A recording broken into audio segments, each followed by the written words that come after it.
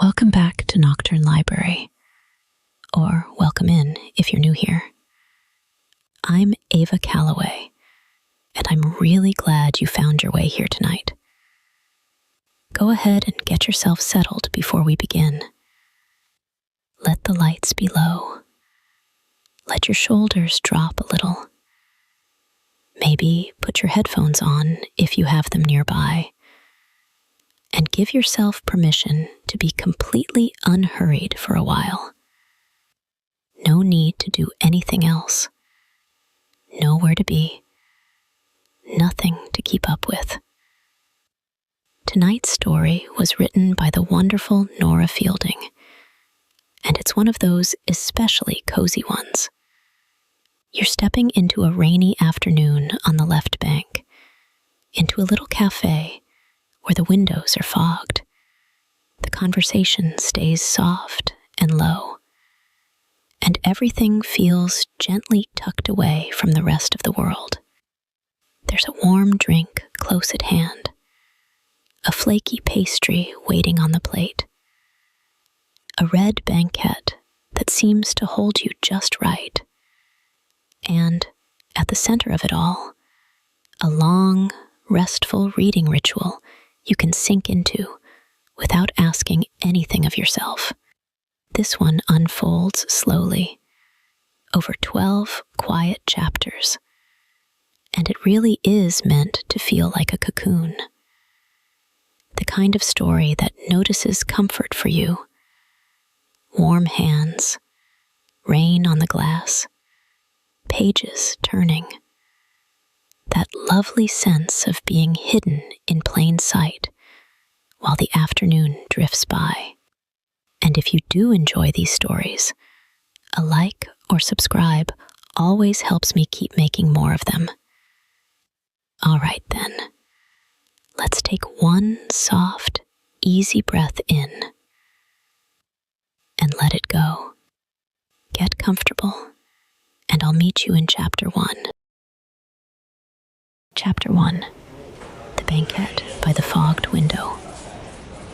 The red banquette gives under you with a faint creak, cracked smooth at the edges where countless sleeves and coats have brushed past before yours.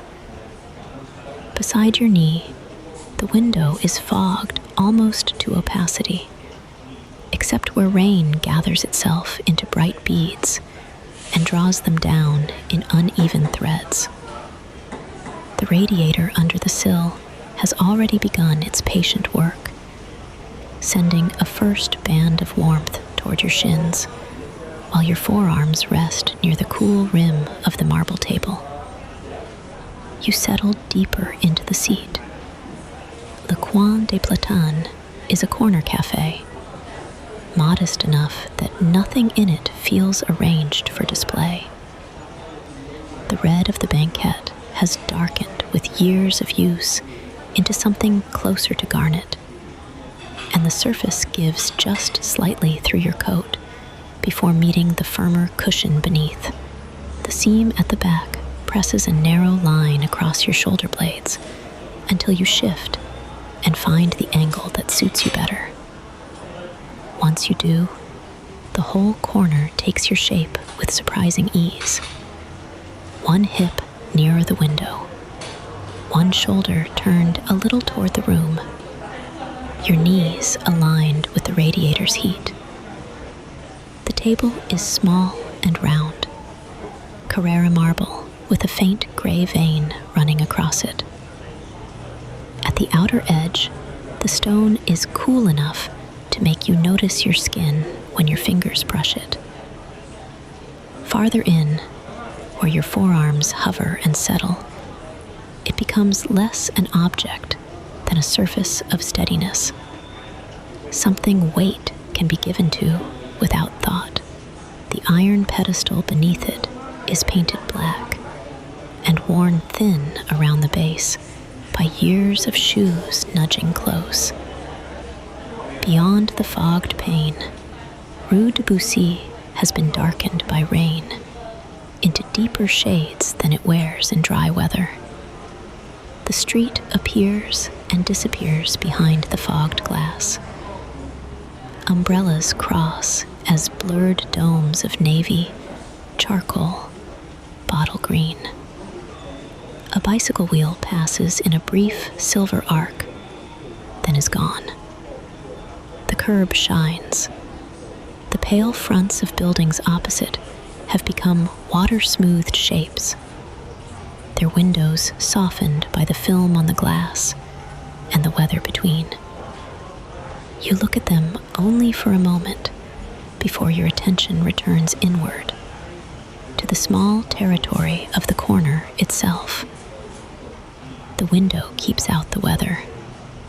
Here, there is only the faint scent of coffee, warmed metal, wet wool drying by increments, and butter from the pastry, not yet set down before you, but easy to imagine already. The radiator gives a tiny tick under the sill.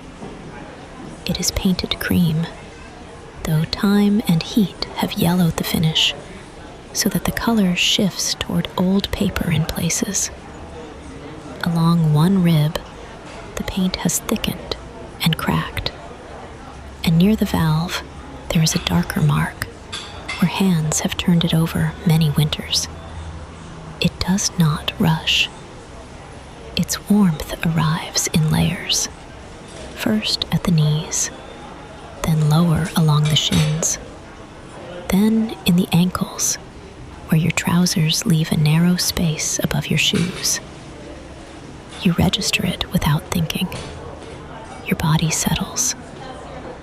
The room behind you and to your left is made of small continuities. Cups touch saucers. A chair leg drags half an inch over tile and stops. Someone turns a page. French vowels rise and fall from deeper in the café, blurred by distance and by the ordinary acoustics of porcelain, cloth, and rain against glass. None of it asks to be followed. The sounds arrange themselves at the edge of your hearing and remain there, enough to remind you that the room is occupied, not enough to trouble the privacy of your corner. A mirror along the opposite wall catches a dim version of the interior and sends it back in fragments. The brass rail near the bar, a row of bottles with labels too far away to read, the pale oval of a hanging globe light. Nothing gleams sharply in this weather. Even reflections have softened. You shift your feet beneath the table. The tiles below are patterned in small, worn shapes. Cream and black, gone a little gray with age. The sole of one shoe finds the iron ring near the table's base and rests there.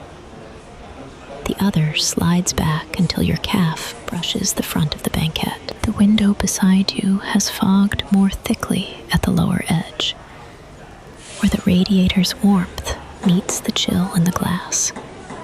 If you lifted your hand now, you could clear a small crescent with the side of your thumb and make a sharper opening onto the street. You do not need to yet. The idea of the gesture is enough for now.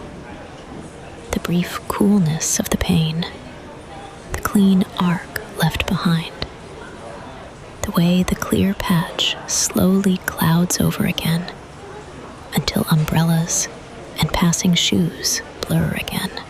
A door chime sounds from the front of the cafe. A single muted note. Not loud, just enough to mark a change in the room as someone slips in from the rain. A draft reaches you in a diluted form, carrying one breath of outside air, wet stone, damp wool, a trace of cold, before the door closes and the cafe absorbs it. You hear the brisk shake of an umbrella near the threshold. Then the softer, more careful sounds that follow when a person has crossed from weather into shelter. Soles placed more deliberately on tile, a coat unbuttoned, a chair touched before being drawn out. The dampness fades almost at once. Heat and coffee reclaim the air. You do not turn fully to look. A glance reflected in the window is enough. A dark sleeve, the movement of someone settling near the front. Then the glass returns your own corner to you. The red seat at your back, the marble edge under your hand, the blurred street beyond. A figure passes your table with the economy of someone who has spent years moving among close-set chairs without brushing a sleeve or knocking a spoon askew. Madame Lenoir is silver-haired, her navy apron tied flat at the waist, her posture upright without stiffness. She does not interrupt your settling. She only lets her gaze pass over the corner once, taking in what is needed with that brief, exact attention of a server who knows the room by habit rather than display. Then she moves on toward another table where a pot needs refreshing. You hear porcelain set down somewhere behind you. Then the low murmur of thanks. It is good to be left alone to read, part of the room. Your hand rests flat on the marble now, and the stone has taken on a little of your warmth. At the rim, it remains cool. The contrast is pleasing enough that you let your fingertips travel from one temperature to the other, from the chill edge inward toward the center, where the surface no longer startles the skin.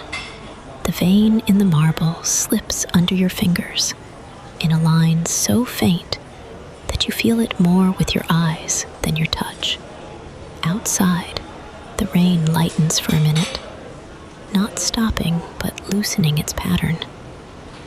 The droplets on the window become more distinct. One bead gathers from 3 smaller ones, grows heavy, and slides down in a wavering path before catching at the lower frame. Another remains suspended, trembling in place. Through these brief clearings, you see the street sharpen a little. The wet backs of café chairs stacked across the way. The pale cuff of someone's trousers above a puddle. A scooter parked with rain darkening the seat. Then the pane mists another degree, and the details soften again. You breathe in and notice the pastry scent more clearly now. Buttery and faintly sweet from somewhere nearby. Perhaps a tray passing from kitchen to counter. It joins the darker smell of coffee and the mineral warmth of the radiator. This is not a grand room with polished ceremony. It is better than that for an afternoon like this. The brass has fingerprints where people naturally touch it. The banquette has been sat in enough to know how to receive weight. The window keeps out the weather. A page turns at a neighboring table with a dry, papery sound. The room settles once more after the arrival at the door. Voices resume their low measure. A spoon touches porcelain and is still. Madame Lenoir passes again at a distance, silver hair catching what little light the window gives. On Rue de Bussy, umbrellas continue to bloom and move on beyond the fogged pane, remote enough to be watched without effort. You lean back a fraction farther into the red banquette and feel the cushion answer. The seam no longer presses at your shoulders. Your knees are warm now. One hand remains on the marble, while the other rests in your lap. And the rain keeps tracing its patient lines down the glass beside you. Chapter 2. Warm porcelain, cool marble. Your hand remains on the marble a moment longer, and the stone gives back exactly what it is. Cool at the rim, faintly damp with the weather in the room, steady beneath the weight of your palm. The gray vein running through it bends away under your forearm, disappearing at the curve of the table and returning again. You let your fingers uncurl. The surface has that polished resistance old café marble keeps, even after years of cups, spoons, sleeves, and newspapers passing over it. It does not feel slick. It feels worn smooth. Near your right hand, the cup waits with its stored heat. And even before you touch it, the scent has begun to reach you. The banquette has already accepted your shape. Behind you, the cracked garnet vinyl yields just enough at the shoulder blades and along the back of your hips. Below the sill, the radiator continues its patient work. The warmth at your knees has spread lower now, reaching your shins through the cloth of your trousers.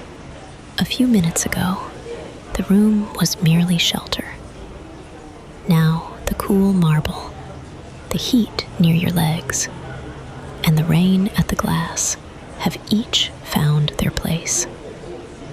On the table, the white cup sits near your right hand, broad and thick-walled, its handle turned slightly outward. A pale crescent of café cream clings high on the inside where the coffee was poured. The saucer beneath it catches one drop at the base. You slide your hand toward it without hurry, touching first the handle with 2 fingers, then drawing the cup closer across the marble with a faint porcelain glide so brief it is almost only felt in your wrist. The cup is heavier than it first appears. That is part of its pleasure. When you lift it, your hands adjust around that weight and settle into it. The warmth reaches your palms at once, then your fingers, then the pads of your thumbs, where they rest near the rim. Heat in porcelain is different from heat in glass. It arrives slower and stays. You gather the cup in both hands rather than using the handle, and the shape of it fills your grip completely. You bring it near enough to breathe in before you sip. Coffee, milk, a trace of toasted bitterness beneath the cream. The scent rises with the faintest ribbon of steam, visible only when it passes in front of the darker banquette behind the cup. You pause there, chin lowered, mouth not yet touching the rim. Then the first sip. It is hotter at the lip than expected. Not too hot, only enough to stop you there for the smallest instant. The rim meets your lower lip. Heat gathers first on the skin, then the foam touches, soft, almost weightless. And beneath it, the coffee arrives, fuller and darker than the scent promised. You take only a little, but even that little asks to be received slowly. Warmth spreads over the tongue, then slips farther in. Your throat takes it. Your chest answers a moment later. The warmth settles in you. It gathers you downward into the seat. You lower the cup without setting it down at once. Your elbows rest lightly on either side of your middle, forearms angled in, wrists loose. The marble receives the lower edge of your sleeves. One thumb rubs once against the cup's curve. Not from thought, only because the glaze is smooth and warm, and there is time enough to notice it. Underneath, if you turned the cup over, the stamp would read Brûlerie Saint-Jacques in dark letters around the base. You do not need to look. The weight and thickness of it are familiar already in the hand. Beyond the fogged pane, Rue de Bussy remains blurred into rain-dark color. A passing umbrella, the pale flare of a shirt front moving under a coat. A bicycle wheel making a brief silver crescent before it slips out of view. None of it enters the room, except as motion behind glass. The door has long since closed after the last arrival. The damp from outside has already thinned into the ordinary air of coffee, pastry, wet wool drying by inches, and the old painted metal smell of the radiator when it warms. You set the cup onto its saucer. Porcelain meets porcelain with a single rounded note.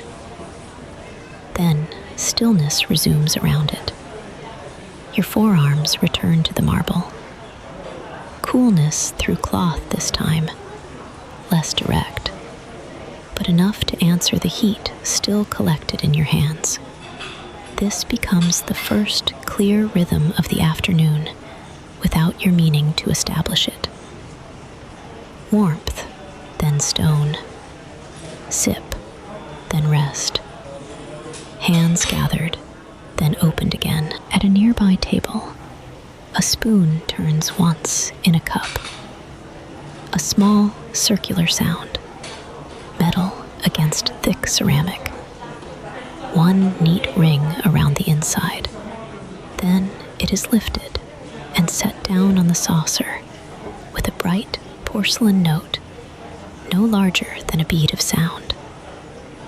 After that, no conversation follows, no burst of laughter, no chair pushed back. The café absorbs the sound and returns to quiet. You glance down at the table again.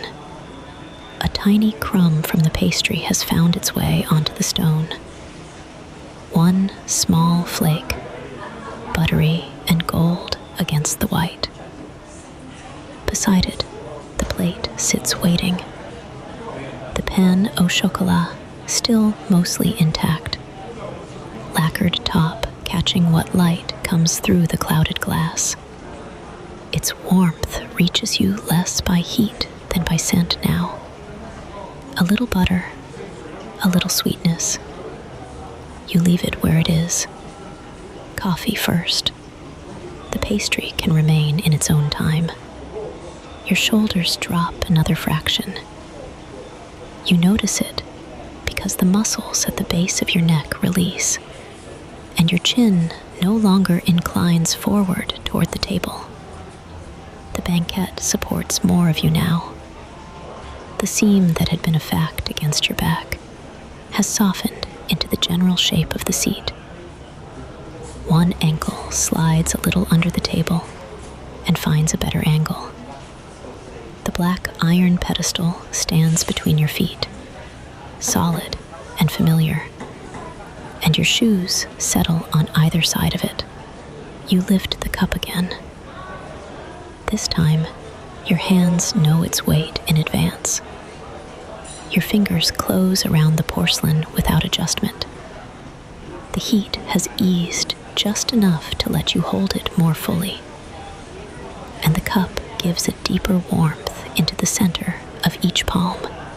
You bring it up without hurry. The scent is rounder now, less bright with steam, more settled into milk and roast, and the faint sweetness left by foam. The second sip is easier.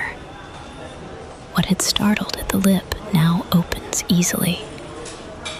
The warmth goes in and finds the path already made for it. Your throat receives it without caution. Your chest loosens around it. You settle further.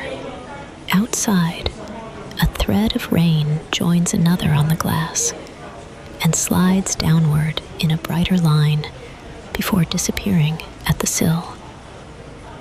There is a particular comfort in not yet opening the book further, not yet reaching for the page. It lies beneath one resting hand, present but uninsistent. The afternoon does not need to be hurried into its next shape.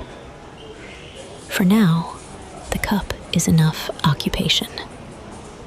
You sit with it near your face, elbows close, breathing in the faint steam between sips, while the radiator keeps warming the lower half of you from beneath the window. The old paint on the radiator has yellowed unevenly over the years. Along the top ridges and around the valve, the cream has darkened where heat has passed through it every winter, and many rainy seasons besides. If you were to touch it, it would be hotter than expected, nearly too hot for the inside of the wrist. But at this distance, it sends only a broad, useful warmth. Every so often, it gives a tiny metallic tick from somewhere inside, a sound of expansion so ordinary you almost take it for part of the rain. Madame Lenoir moves somewhere beyond your line of sight. You know it not by footsteps, but by the brief change in the room's arrangement of sound. A cup lifted, another set down, the low brush of apron against table edge. She has the practiced way of crossing a café without disturbing any corner more than necessary. You do not look up. Her passing belongs to the room in the same way the radiator does. The cup comes down once more.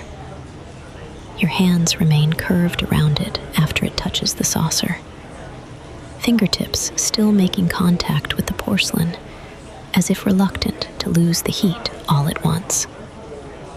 Then one hand releases and flattens on the marble beside it. The contrast is clearer now. The cool stone steadies the warmth left in your palm, not canceling it, only outlining it. Your breathing has slowed enough that you can feel the rise of the cup when you hold it near your chest. Not much, just a slight lift against your fingers, then a return. The motions around you continue at their own scale. Rain beads, gathers, slips downward. A chair leg murmurs once over tile and stops. Somewhere near the counter, crockery touches crockery in a muted stack. None of it asks to be followed. You look at the cup again, at the rounded lip, the thick white body of it, the faint coffee tint where the foam has settled and receded. Such cups are made to be used often. They keep heat because they are not delicate. They endure chips, repeated washing, quick refills, long afternoons. In your hands, it feels less like an object chosen and more like part of the table setting, as necessary and plain as the saucer under it, as the spoon resting nearby, as the marble receiving every small thing placed upon it. Another sip.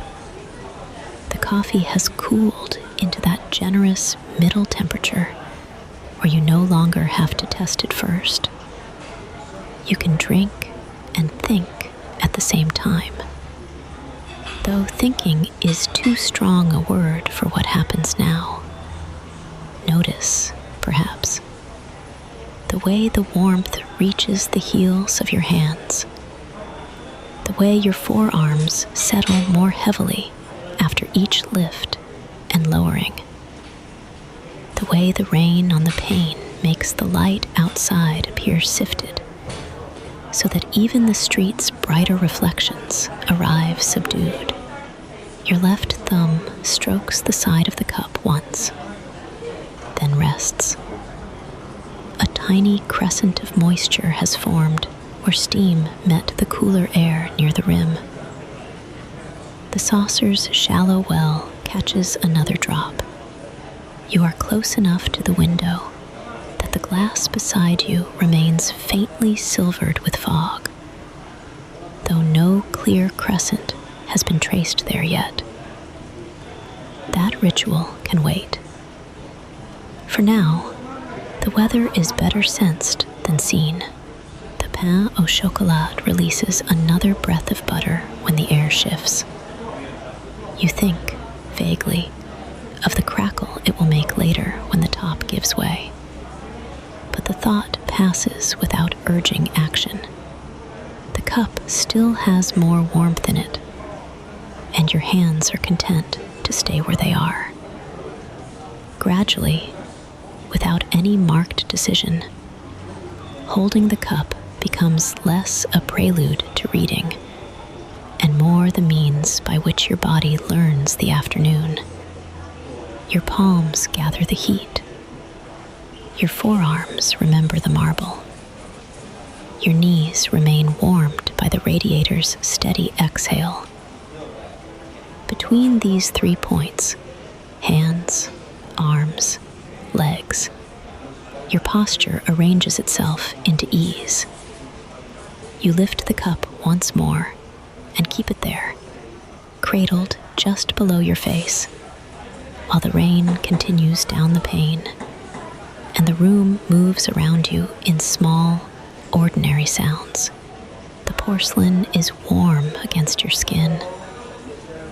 The marble waits under your sleeves for when you set the cup down again. By now, the rhythm is familiar. And for a little while longer, before the pastry is broken or the page is turned, both can wait. Chapter 3. Pastry flakes and rain threads. After another sip, you lower the cup to its saucer and let your hands remain around it for a moment longer, gathering the last of the porcelain heat before it passes back into the room. Then your fingers loosen. One hand settles near the rim of the marble, where the stone is still cool beneath your sleeve, and the other drifts toward the plate beside the cup. The pane au chocolat has been there all along, close enough to smell. Warm butter, a little sugar, the faint toasted note from the darkened top. On its fluted white plate, it looks almost too neat to break. Each curved layer glazed to a deep gold that catches what light comes through the window, but the warmth rising from it has not entirely gone. When you bring your fingertips to the edge, the pastry gives back a trace of heat, enough to tell you it arrived from the oven not long ago. You draw the plate a fraction nearer across the marble. Porcelain glides over stone with a dry, restrained sound, no more than a brief brush under the rain. The cup stays close by your right hand. The radiator continues its low work below the sill, warming your knees through the space under the table, while above it, The window remains milked with fog, except where rain has traced clearer threads down the glass. For a moment, you simply look at the pastry before breaking it. The lacquered top is darker where the oven has caught the ridges. Near one end, a seam shows the faintest suggestion of the rolled layers beneath, compressed and then lifted again in the bake. You know, before touching it, the thin crackle of the crust. Your thumb and forefinger find one corner. The top flakes at once, a few shining shards loosening and dropping to the plate. Then the crust parts more fully, and the inside opens in pale, delicate folds, each layer separated by butter. A thread of chocolate appears in the center, softened by warmth, dark and matte where the light does not catch it. The smell deepens as soon as it is opened. Butter first, richer now, then cocoa, and the sweetness tucked into the dough. It rises into the warmer air by the window and mingles with coffee and wet wool from somewhere else in the room, though only faintly. Most of what reaches you comes from your own plate, from the pastry just broken under your fingers. You lift the first piece carefully. A few flakes cling to your fingertips. One lands on the marble near your wrist, startlingly light against the gray vein of the stone. You notice how little effort the hand needs for this. Just the bend of fingers, the turn of wrist, the elbow barely leaving the table. The first bite breaks with hardly any resistance. The top gives it delicate crispness. Then the inner layers compress and melt almost at once. Butter coats the tongue in a thin, warm film. The chocolate comes a second later and keeps it from being too sweet. You chew slowly. The crackle has already passed. Now there is only softness, warmth, and the faintest pull of pastry against the roof of your mouth before it dissolves. Outside, the rain thickens. It happens without announcement. One moment, the pane is marked by separate beads and narrow runs, and the next, the water gathers into brighter, denser trails that descend one after another, crossing and joining, then sliding out of sight at the sill. The street beyond blurs further. Umbrellas become moving ovals of dark fabric, and the pale fronts of buildings across Rue de Bussy flatten into watercolor behind the wet glass. You pause with the bite still finishing and look up.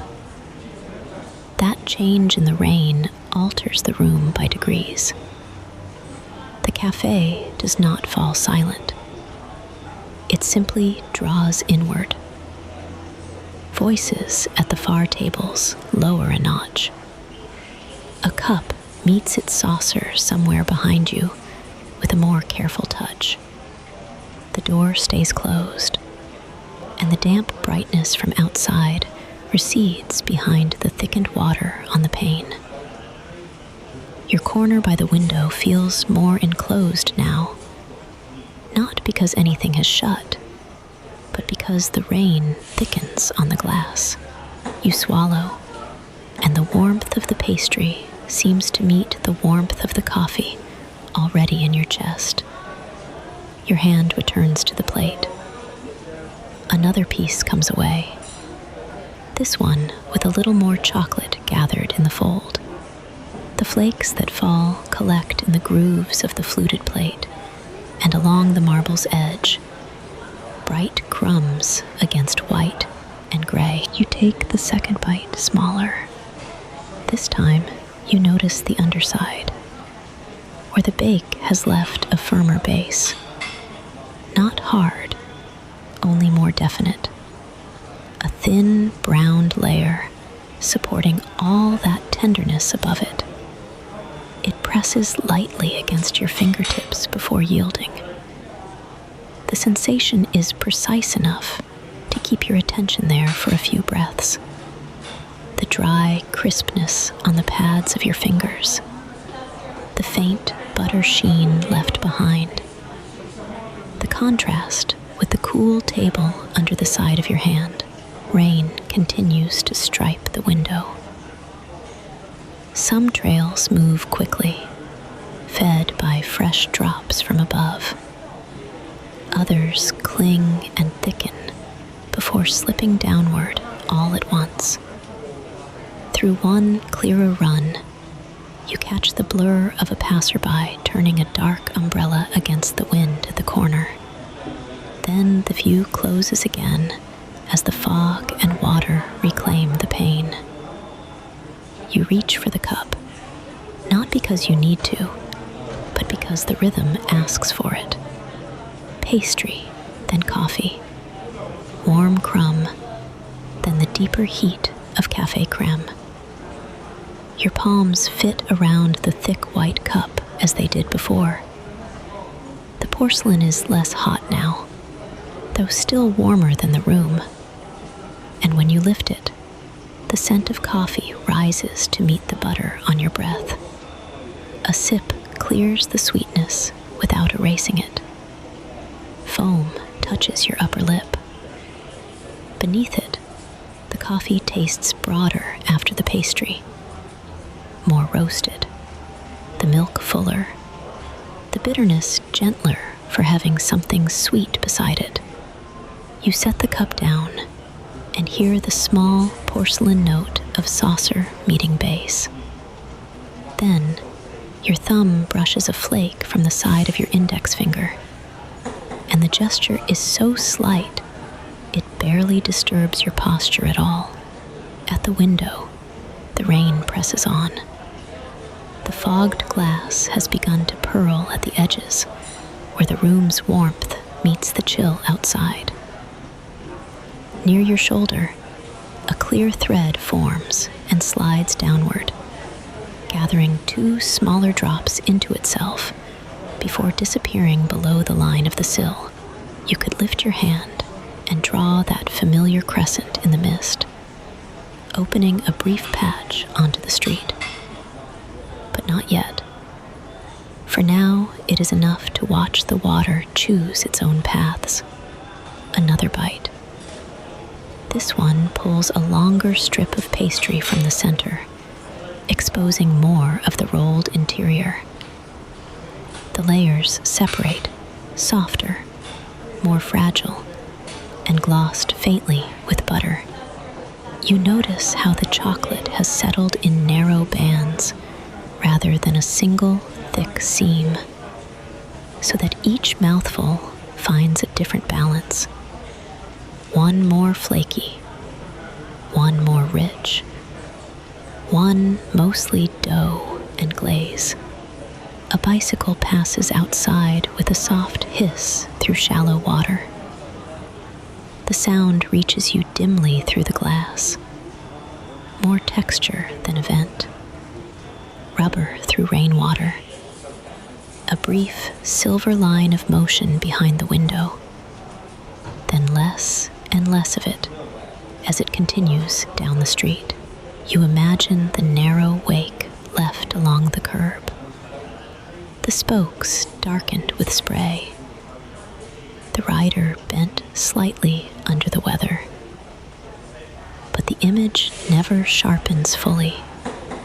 The pane keeps the street at a distance, and that distance is part of the pleasure. By the time the sound fades, your eyes have already returned to the plate. The pastry is no longer whole enough to admire from a distance. It has entered the more intimate stage of eating, where broken edges, loosened crumbs, and uneven folds become more appealing than symmetry. A crescent of flakes has gathered near the plate's rim. One larger shard of glazed crust rests against the cup's saucer. You pick it up, and it vanishes almost instantly on the tongue. All crisp surface and a quick bloom of butter. Your ankles shift under the table, one crossing lightly over the other, and then easing back. The banquette gives at your hip with that familiar, worn softness, and the radiator sends another measured wave of warmth toward your shins. Above, your forearm still feels the marble's coolness through the cloth of your sleeve.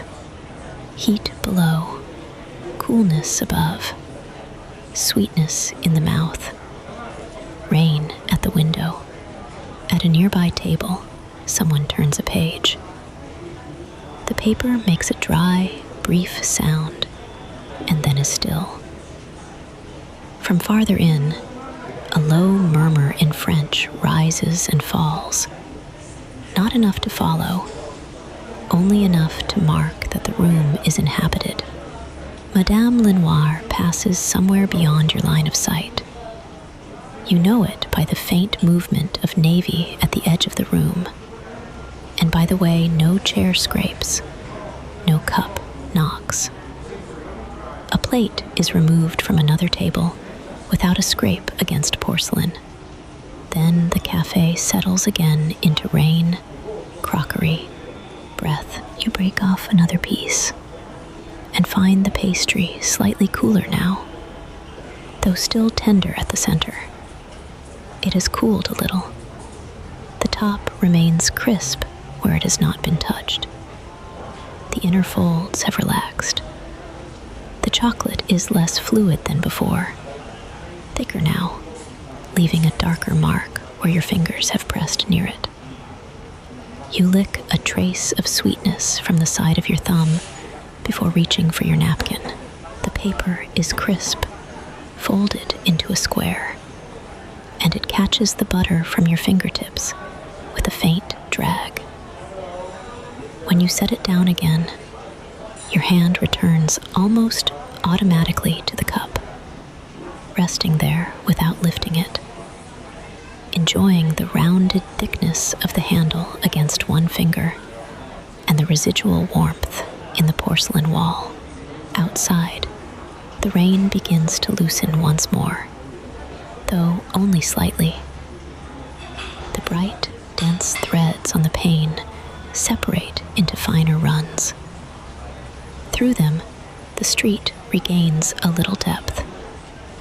A pair of shoes passes at the edge of your view, dark leather reflecting the wet light. Farther off, a cafe awning across the way drips steadily from one corner. The gutter carries a narrow ribbon of moving silver. You take the last substantial piece of pastry and hold it for a breath before eating it, feeling its lightness, the fragile give of the layers under almost no pressure at all. Then it is gone too, leaving only flakes, a smudge of chocolate on the plate, and the pleasant aftertaste of butter and coffee meeting at the back of the tongue. The plate is scattered with flakes now, used rather than presented. You draw one fingertip through a scatter of crumbs, collecting them into a smaller arc near the center. A final flake clings to the pad of your finger, and you brush it away. The marble beside the plate is dusted with the most delicate debris of the pastry, hardly more than gold specks against gray and white. You sit with that for a while before reaching for the cup again. The coffee has cooled enough for a fuller sip. It moves more slowly now, creamier on the tongue, and the warmth it gives is gentler than before. You keep the cup in both hands and look at the rain through the fogged pane, where the street of Rue de Bussy remains blurred and shining beyond the glass. The pastry's sweetness lingers lightly. The radiator continues under the sill. The plate, nearly empty, stays near your wrist with its small drift of flakes. When you set the cup down again, your fingertips rest near the open space beside the plate. And for a few breaths, you do nothing more than listen to the water on the window and feel the warmth at your knees. The taste of chocolate is still there, though faintly now. The marble remains cool. Outside, the street continues in softened outlines. Inside, your corner of the banquette has become more lived in by the simple fact of your staying there. Chapter 4. A Crescent in the Glass.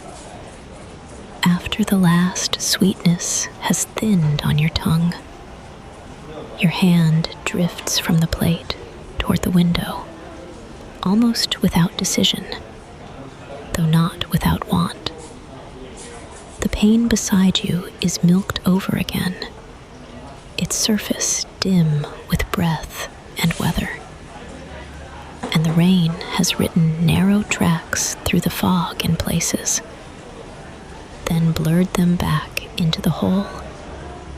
You lift your thumb and hesitate just before the glass, feeling it's cold already, as if it were reaching toward you.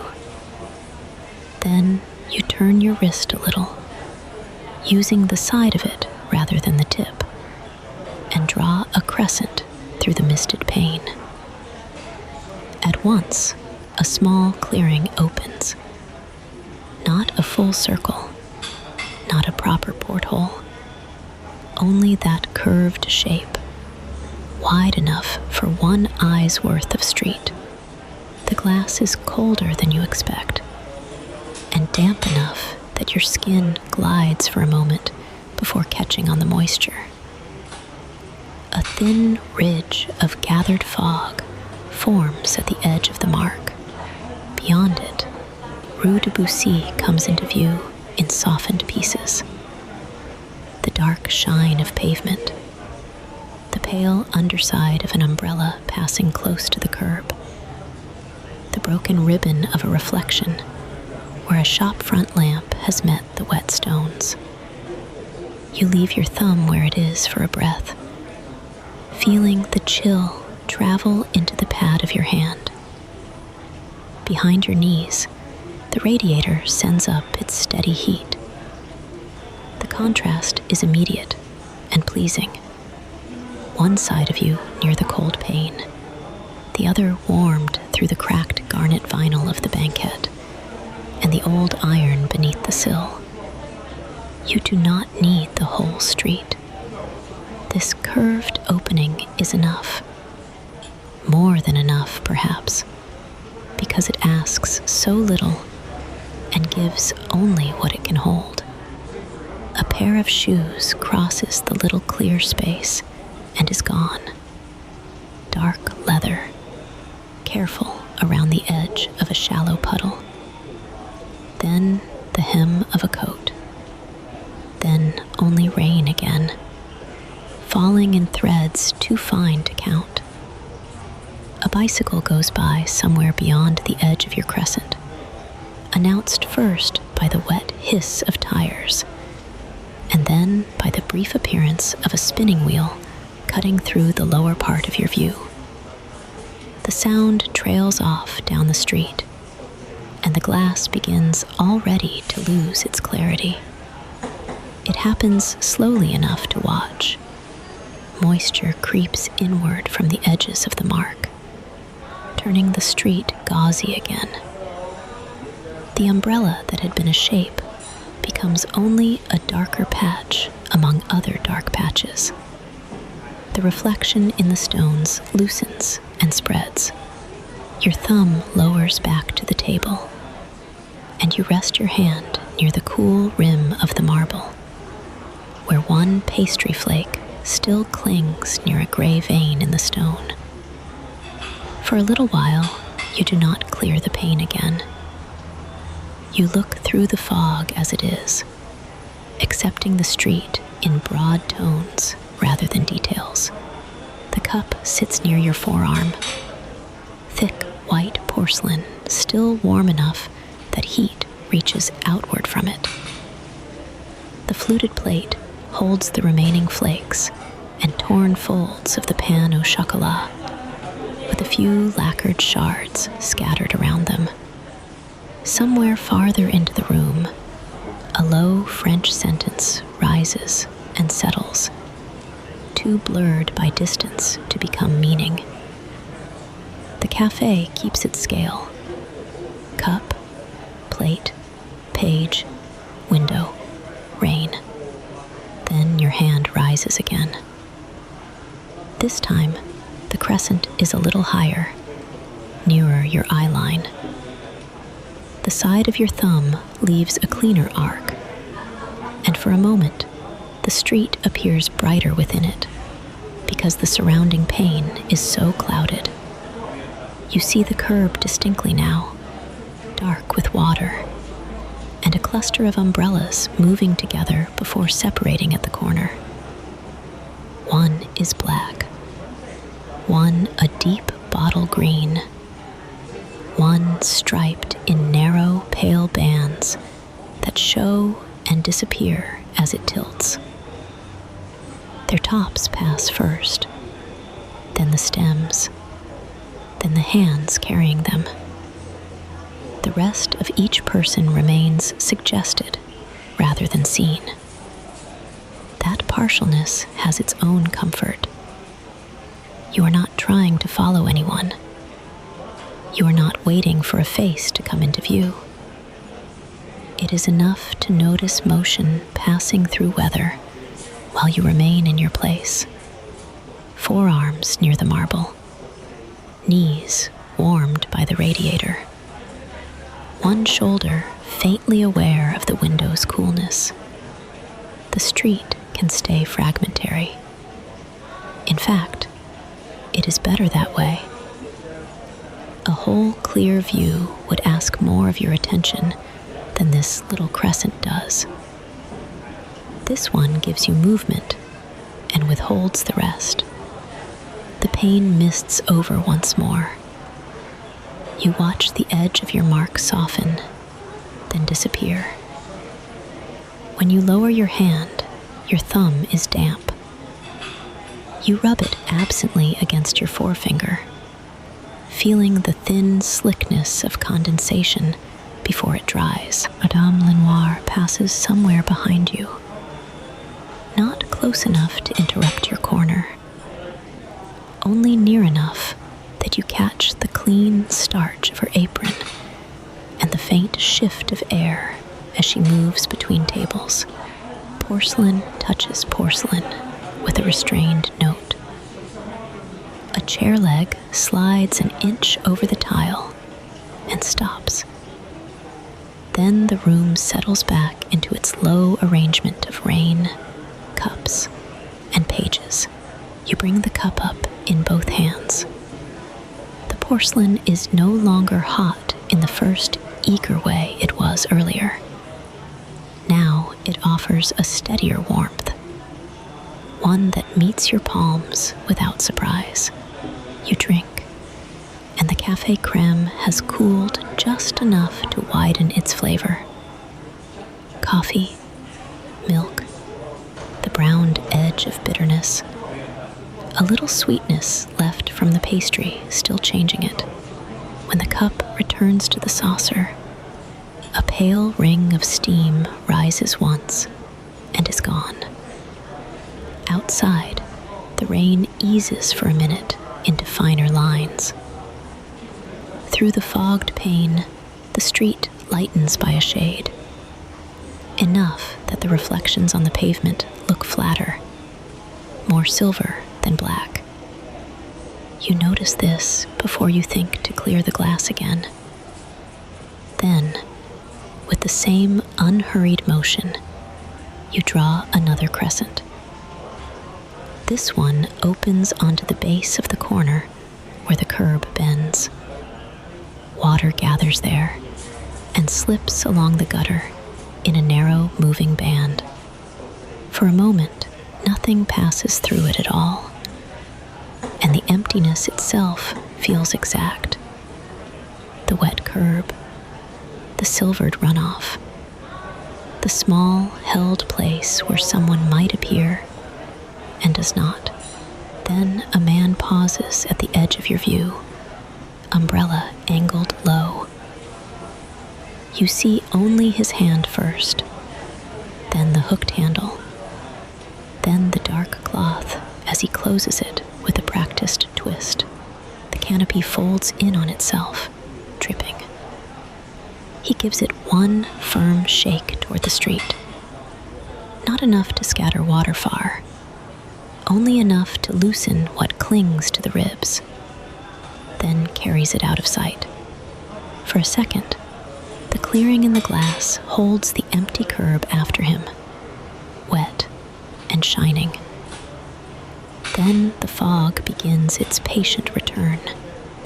You keep your gaze on that place as it clouds over, though there is nothing in particular to catch. The pleasure is in the brief exactness, the folded umbrella, the shake, the dark handle moving beyond the edge of your crescent. Such small exterior gestures seem complete when seen from here, framed by condensation, reduced to shape and rhythm. And when they are gone, the little solitude left behind is complete as well. Your book lies open beneath your resting hand. The page has not changed for some minutes, but that does not matter. Reading and looking up have started to braid together now. You let your fingertips settle at the lower margin, not yet turning the page, only feeling the slight tooth of the paper. The marble beneath your other forearm remains cool, and the coolness has become familiar enough that you no longer pull away from it. It steadies the warmth elsewhere. Cup in your hands, radiator at your shins, pastry still faintly sweet in the last torn folds on the plate. Another crescent, smaller this time. You make it near the edge of the pane, where the fog is thicker, and the outside appears at first as only a vague brightness. As the glass clears under your thumb, a shop sign across the street reveals itself backward in dark painted letters, then blurs before you finish making them out. Below it, a scooter stands beaded with rain, its seat slick and black. One mirror catching a pale scrap of sky. A passerby moves through the reflection rather than the street itself, so that for a moment, legs and umbrella are doubled. Once in the air above the stones, once in the water-dark surface below. You smile at that without needing to name it. Rain changes ordinary things into layered versions of themselves. Street and reflection, figure and blur. Your own hand on the inside of the glass, and the weather on the other side. The pane keeps both worlds in place. It is only a sheet of glass, old enough to show slight waviness when the light catches it. But from this seat, it feels substantial. The damp air beyond it cannot reach your sleeves. The sound of passing footsteps arrives softened. Even the umbrellas seem to move more slowly once seen through fog and water. This clearing gives you not the street itself, but its answer back from the stones. The crescent closes again. You let it. A flake from the pastry has found its way to the back of your hand. You brush it onto the plate and hear the dry little contact it makes against porcelain. Then you shift on the banquette, no more than an inch, enough to feel the cracked vinyl give and resettle under your hips. The seat has your shape now, in the temporary way a warm chair does. One ankle crosses over the other beneath the table, and then, after a while, uncrosses. The radiator ticks once. A small metallic click from somewhere near its middle, and sends another wash of warmth along your shins. When you clear the pane again, you do it more slowly, enjoying the movement itself. The side of your thumb leaves a broad, pale trail before the crescent takes shape. Through it, Rue de Bussy appears under a slightly thickened rain. The drops are larger now, more visible in their descent, and where they strike the street, they deepen the dark of the stones. A taxi passes at the far edge of your view. Only a slice of roof and a brief gleam from a lamp visible before it moves on. Behind it, two people stand close under one umbrella, their shoes nearly touching at the curb, while they wait for a gap in the traffic that never fully comes. You do not watch long enough to see whether they cross. The glass clouds from the top down this time, as if a pale breath had been laid over it. First, the umbrella fades, then the shoes, then the curb. Soon, your crescent is only a memory of clearer seeing, marked by nothing but a slightly wetter patch where your thumb had been. This repetition begins to find its own measure. Clear, observe, blur. Clear, observe, blur. Each time the street offers a few details and then withdraws them. Each time your hand returns to the table, to the cup, to the open book. The ritual does not build toward anything. It simply rounds the afternoon, giving the eye another place to rest besides the page. You trace one more crescent and leave it untouched for several breaths.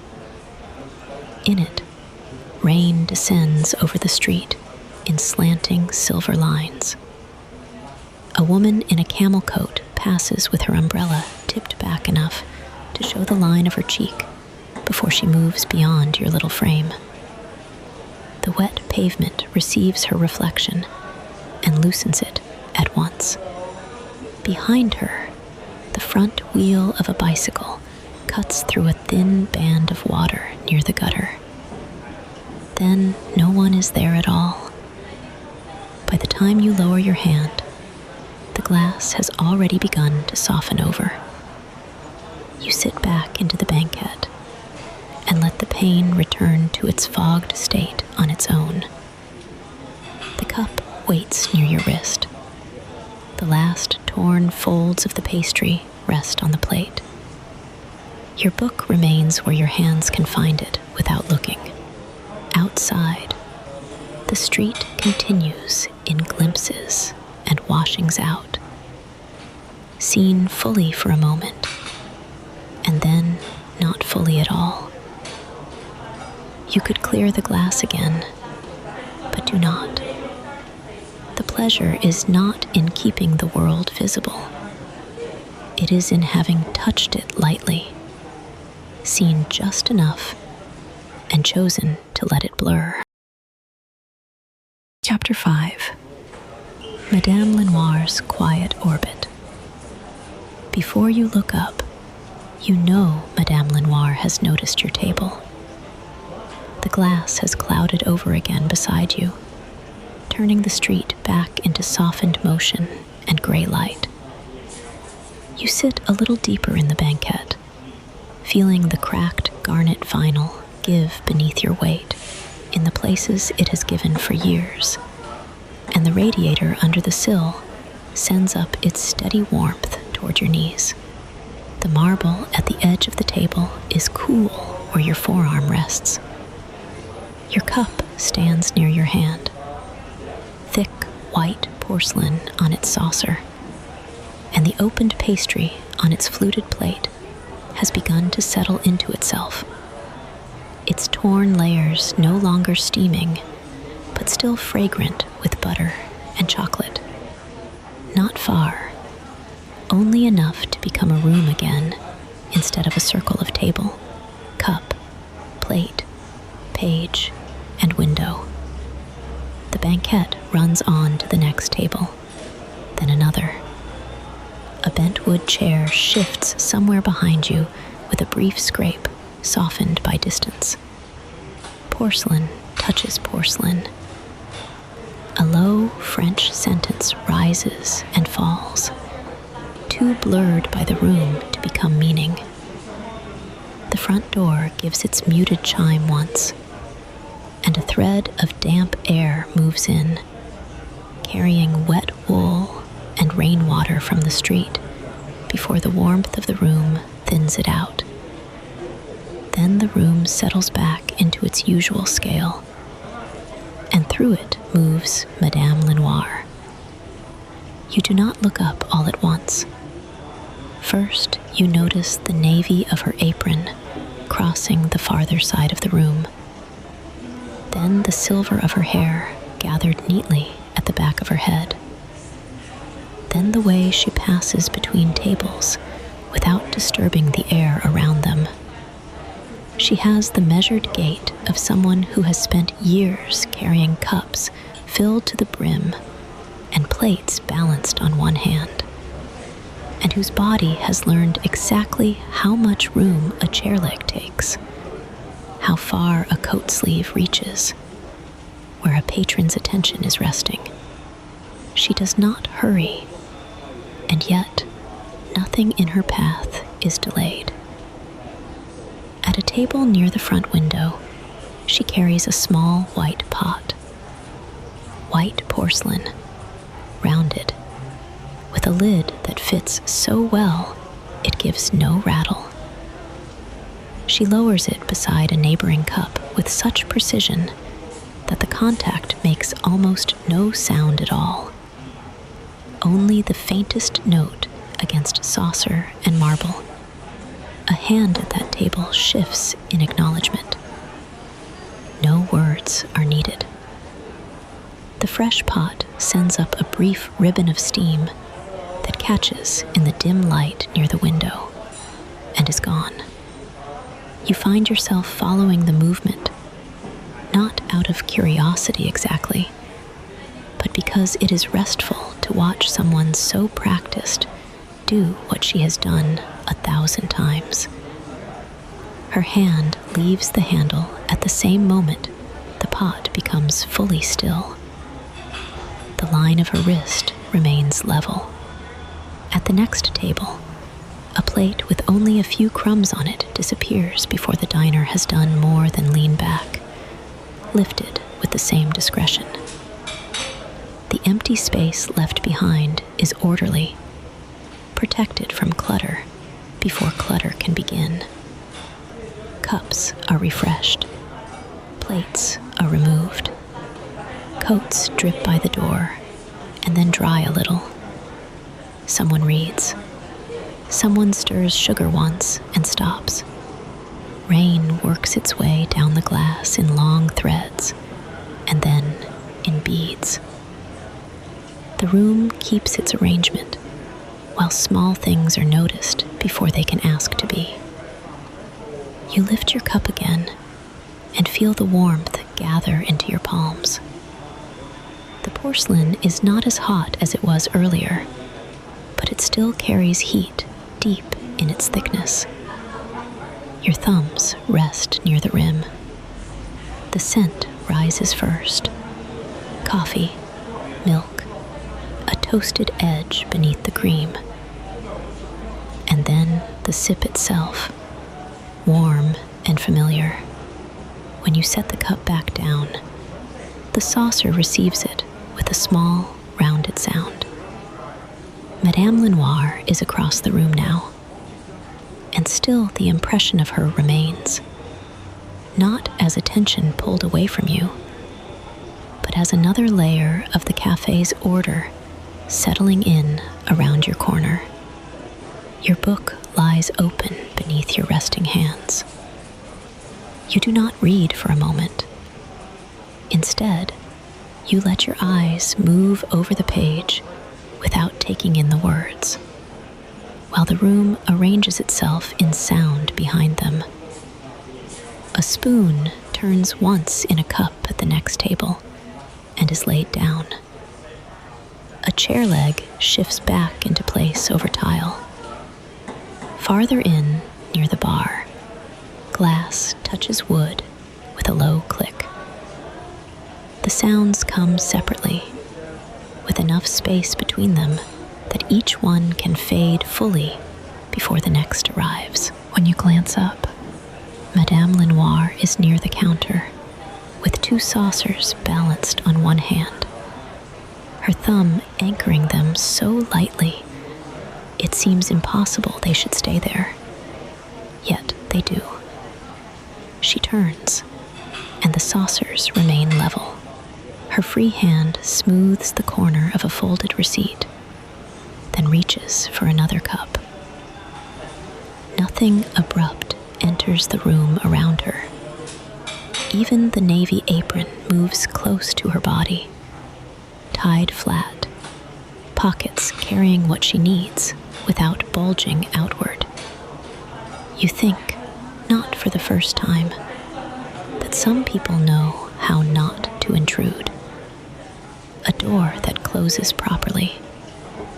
A lamp placed where its light falls on the page and not in the eyes. A server who can see an empty cup from across the room and also see when not to approach. At your table, there is no interruption. That is part of it too. She passes your corner once, not stopping, only letting her glance take in the cup, the pastry plate, the open book, the way your hand rests near the lower margin, the crumb on the marble, the fact that you are settled. It is a quick glance, but not a careless one. She sees you don't need anything yet. Enough coffee for now, enough space. No need to ask a question that would pull you back from the page or the rain before you choose to return. She understands exactly what not to disturb. You feel the benefit of that in your shoulders, which stay lowered against the banquette instead of preparing to answer anything. Outside, through the fogged pane, a darker shape crosses where the curb must be. An umbrella, perhaps, or 2 people passing close together. The window keeps them indistinct. A line of water gathers from several smaller beads and slides down toward the sill, bending the reflected light as it goes. The radiator beneath gives off its dry warmth steadily, and one of your ankles shifts against the other under the table, finding a more comfortable angle without thought. At the neighboring table, the little pot is lifted now. You hear the restrained pour more than see it. Liquid against porcelain. A soft interior sound. Then the lid giving the slightest tap as the pot returns upright. Madame Lenoir has already moved on toward the door, where a newly arrived coat hangs damp at the shoulders. She takes it in with one brief look, then turns the blackboard menu a fraction straighter with 2 fingertips as she passes. The gesture is so minor it would be easy to miss. Your plate still holds a few flakes from the pastry, and one darker shard of lacquered crust. On the marble near the gray vein lies the crumb that escaped earlier. You brush it back onto the plate with the side of a finger, feeling the cool polish of the stone under your knuckle. The action is small enough to belong to the same order as the room around you. Set down, lift, straighten, gather in. Madame Lenoir reaches the front again, just as the door opens for another arrival. The chime sounds once. Damp air comes in, along with the smell of rain on pavement and the faint metallic scent of the street. She steps half aside to make room, and the movement is so exact that the person entering has space for umbrella, coat, and apology in one motion. The umbrella is folded near the threshold and shaken once outside the main body of the room, drops striking the mat instead of the tile. Then the door closes, and the cafe resumes its warmer air almost immediately. No one turns much to look. There is no reason to. No one needs to move much.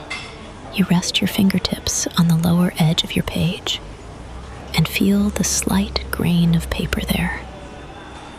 The cup sits near your wrist. The plate has shifted a little off-center on the table, and the marble's cool rim curves cleanly under your forearm. Beyond these familiar points, the cafe continues in partial glimpses. The back of a newspaper held in one hand, a scarf draped over a chair, a saucer with the pale ring left by a cup just lifted. Madame Lenoir moves among these things with the same unshowy competence.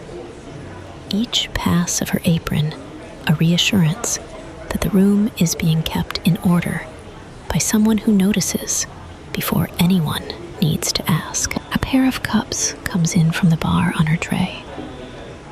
They are set down one after the other at a table farther off, each with its own saucer, each aligned so the handles turn outward in the same direction. The tiny spoons rest at matching angles. She collects the used glasses from that table in the return sweep, fingers threading through their stems without touching the rims. The tray remains balanced. The cups remain still. The people receiving them lower their voices rather than raise them. It is pleasant to be in a room run this way, not managed in any stiff sense, only tended. The difference is in the body.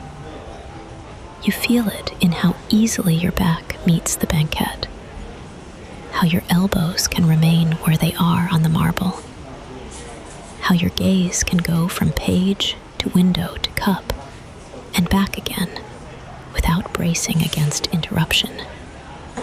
Even the sounds carry that same measure.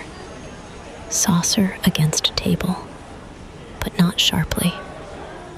Chair against tile, but brief. French words crossing the room, but rounded by distance and upholstery and rain. Madame Lenoir comes near once more, this time no farther than the edge of your table. Her presence arrives first as a change in the pattern of the room, then as the navy apron at your side.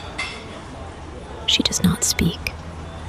Her eyes touch the level of your cup, the pastry plate now mostly crumbs, the open book, and then lift to your face just long enough to offer the possibility of another pour later, another cup, if you want one.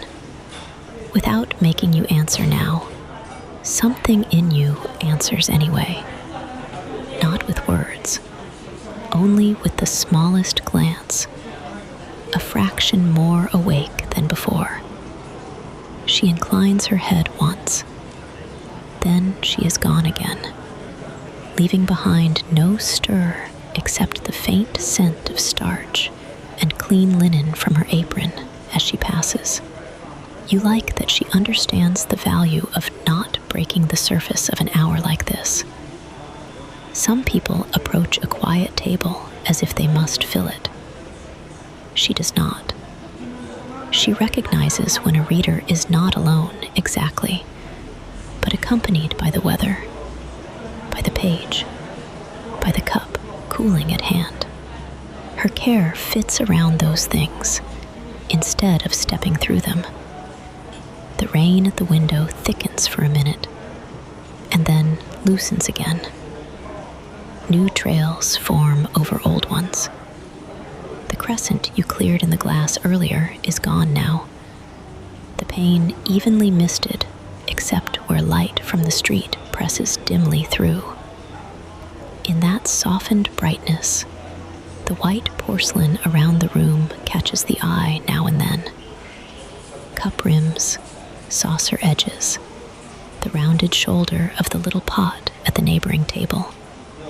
Each one appears and recedes as heads shift, as hands lift, as Madame Lenoir makes another pass through her calm orbit.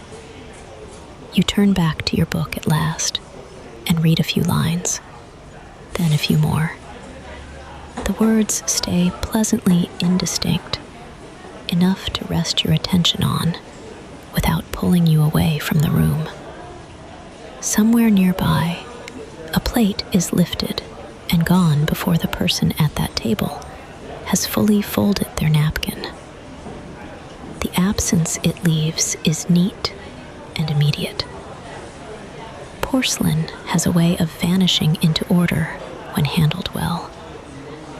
Your own cup has cooled just enough that you can curl both hands around it without needing to shift your grip. The heat is milder now, but deeper for that. Through the table pedestal, through the banquette, through the old radiator under the sill, the whole corner has settled into a stable set of temperatures. Cool marble, warm porcelain, dry heat at your knees. The faint chill of the window close to your shoulder.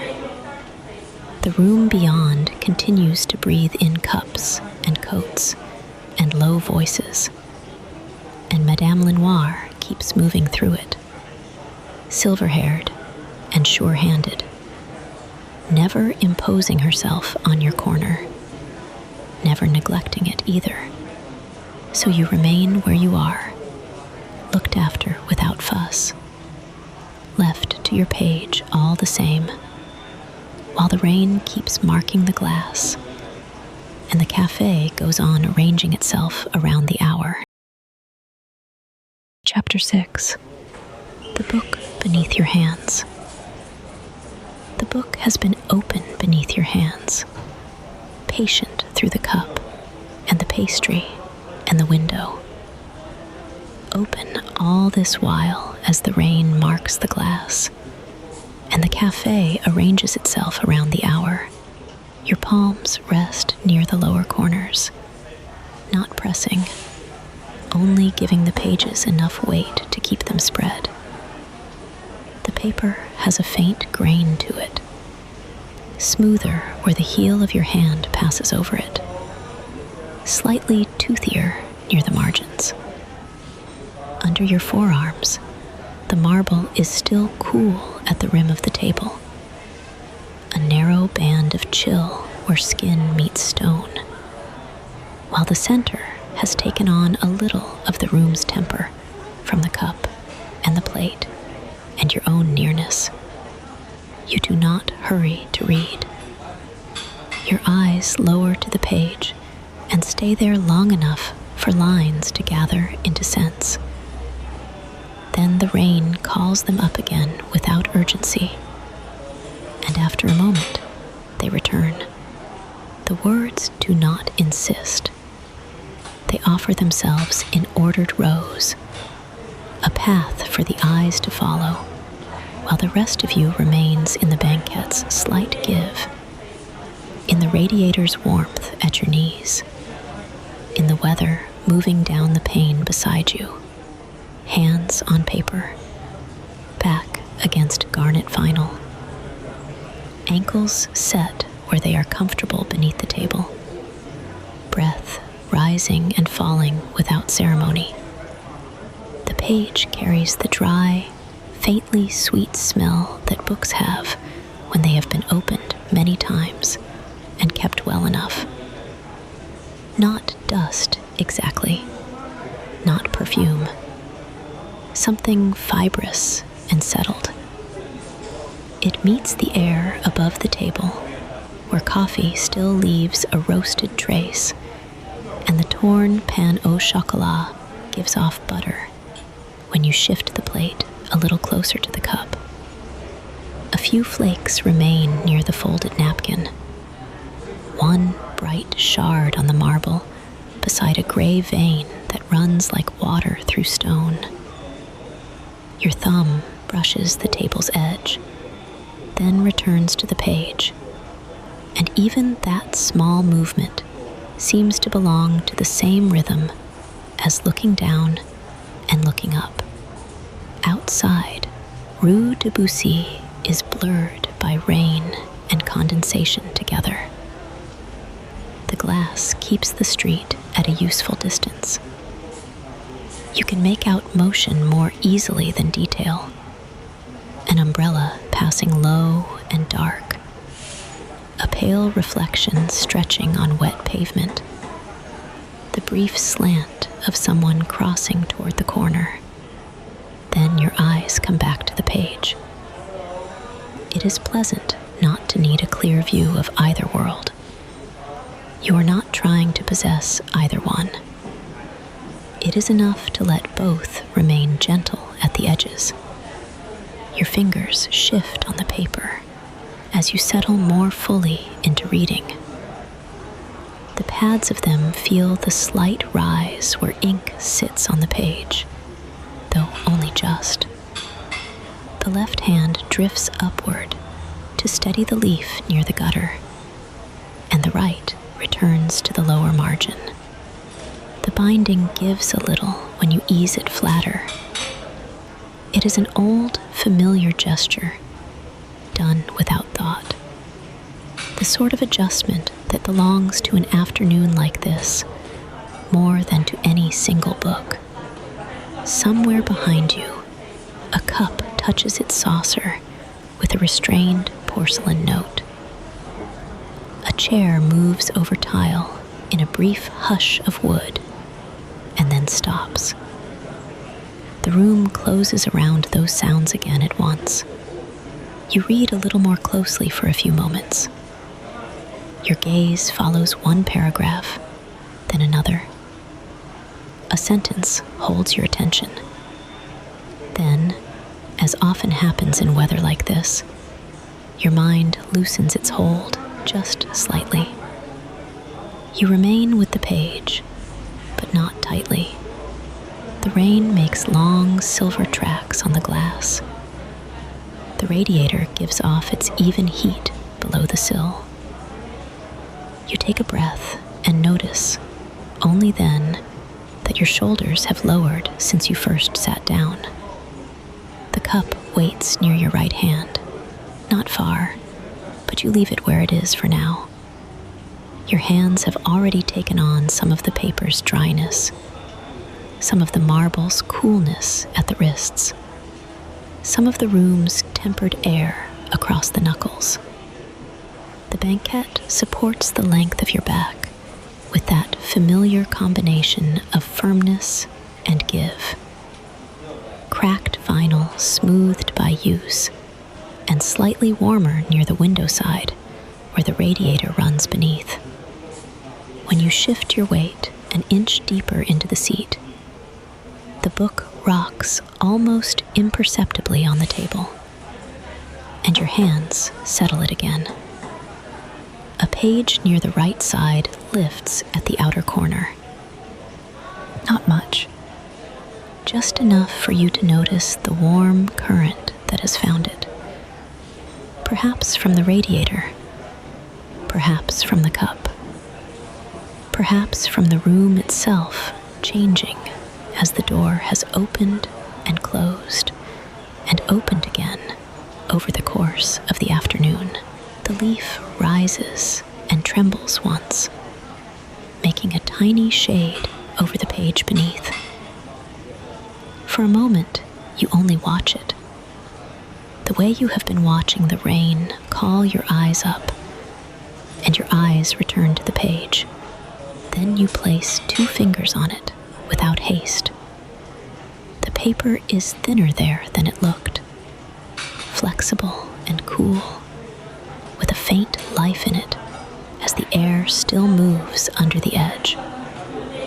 You smooth it flat from corner inward, slowly enough to feel the warmth above it and the coolness of the sheet itself, slowly enough to feel the slight drag of grain under your fingertips.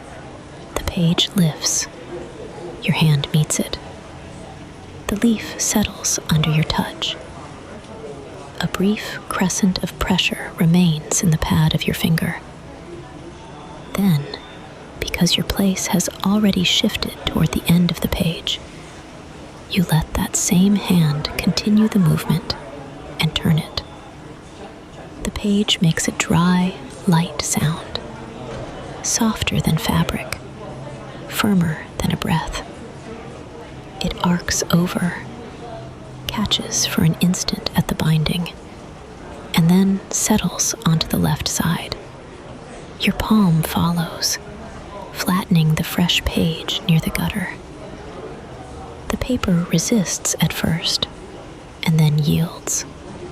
This, too, is part of the reading. Not only the words, but the small mechanics of paper and hand. The measured interval between one side and the next. A turned page changes the shape of the book.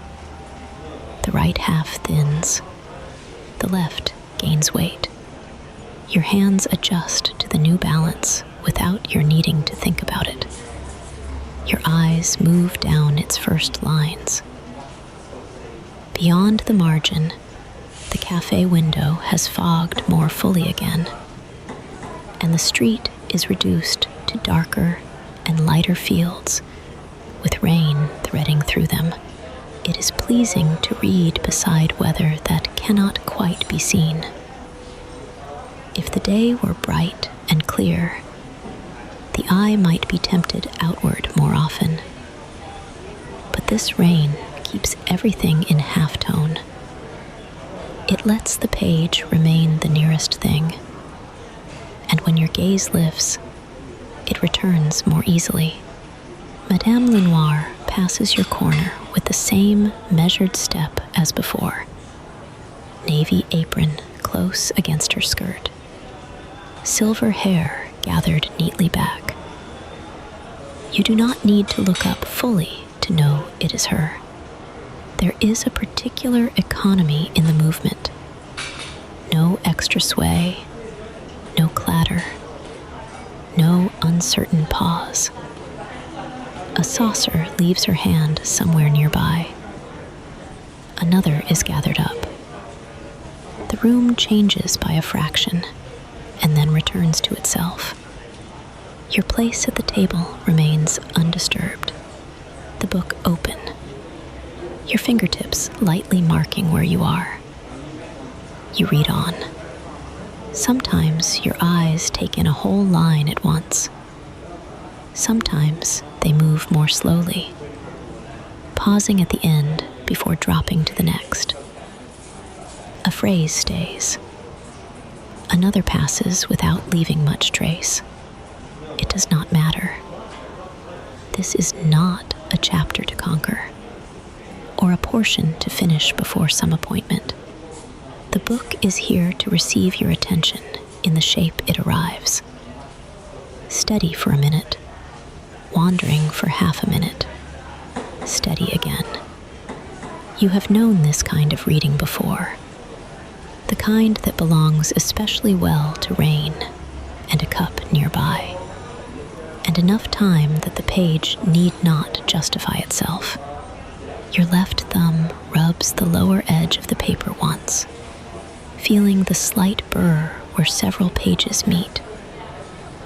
The edges are not perfectly even. Some stand forward by a hair's breadth. Some fall back. Under your nail, the paper feels dry and fine, almost powderless.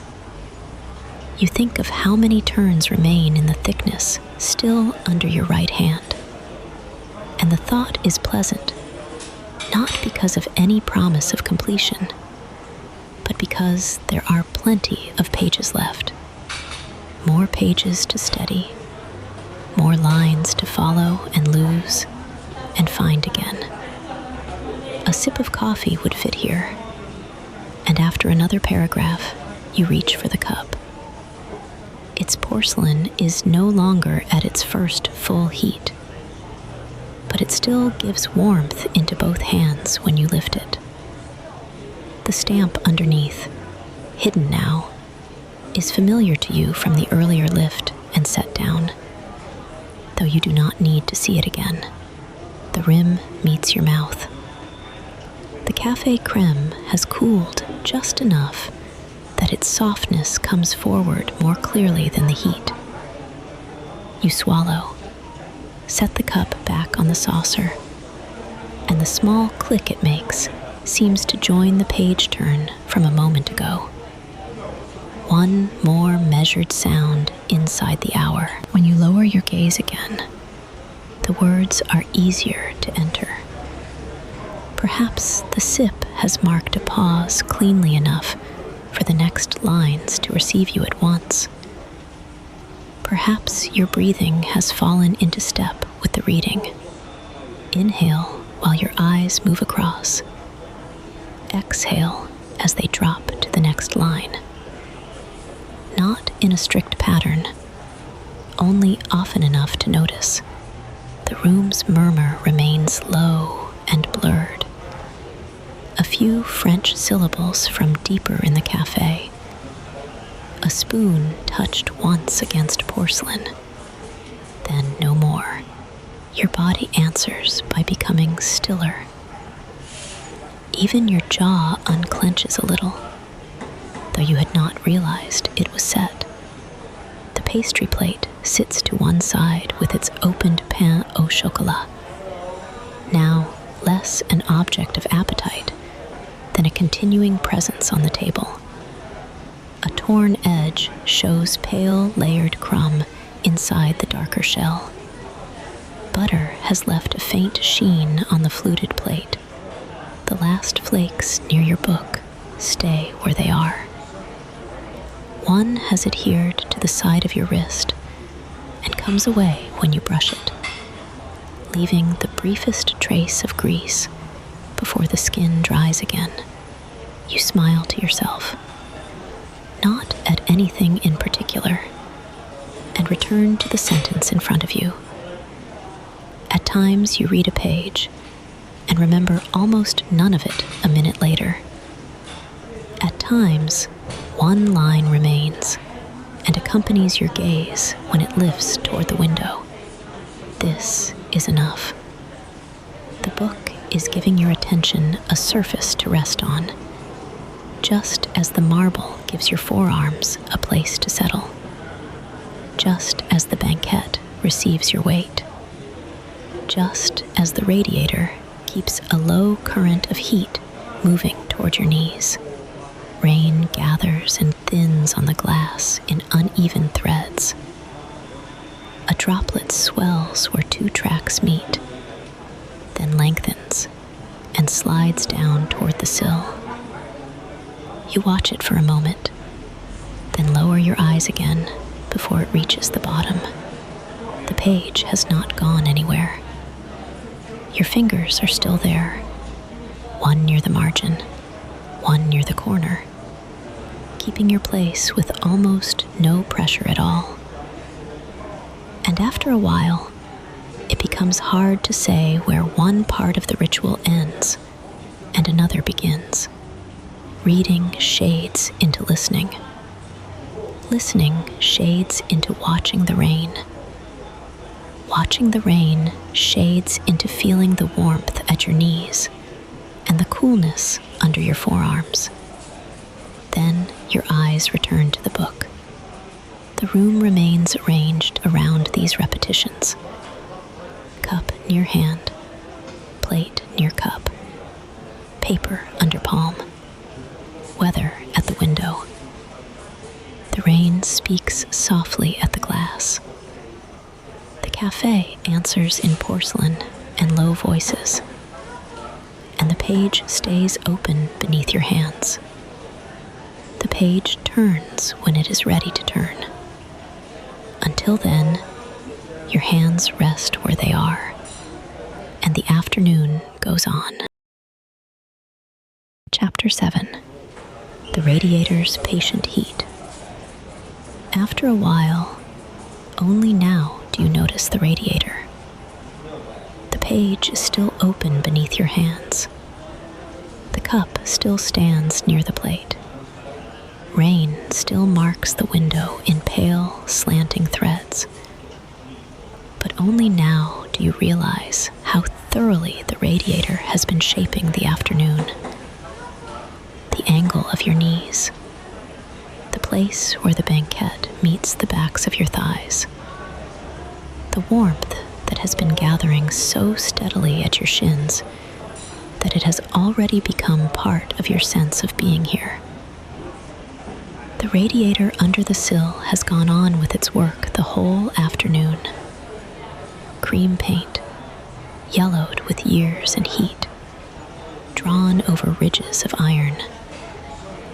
You do not need to look at it to know where it is. Its presence reaches you in a more convincing way than sight.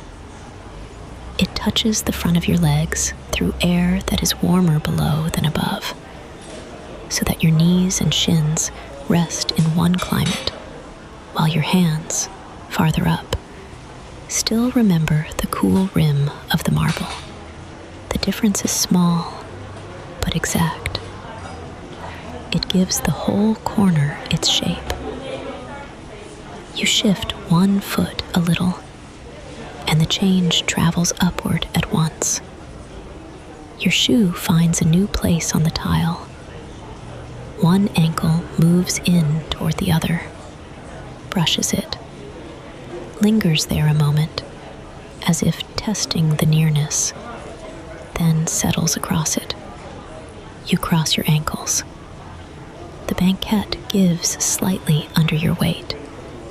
The cracked garnet vinyl familiar at your back and along the seat beneath you, and the black iron pedestal of the marble table remains exactly where it has been, steady between your feet. You become aware, too, of how little is required to remain comfortable once comfort has been properly arranged.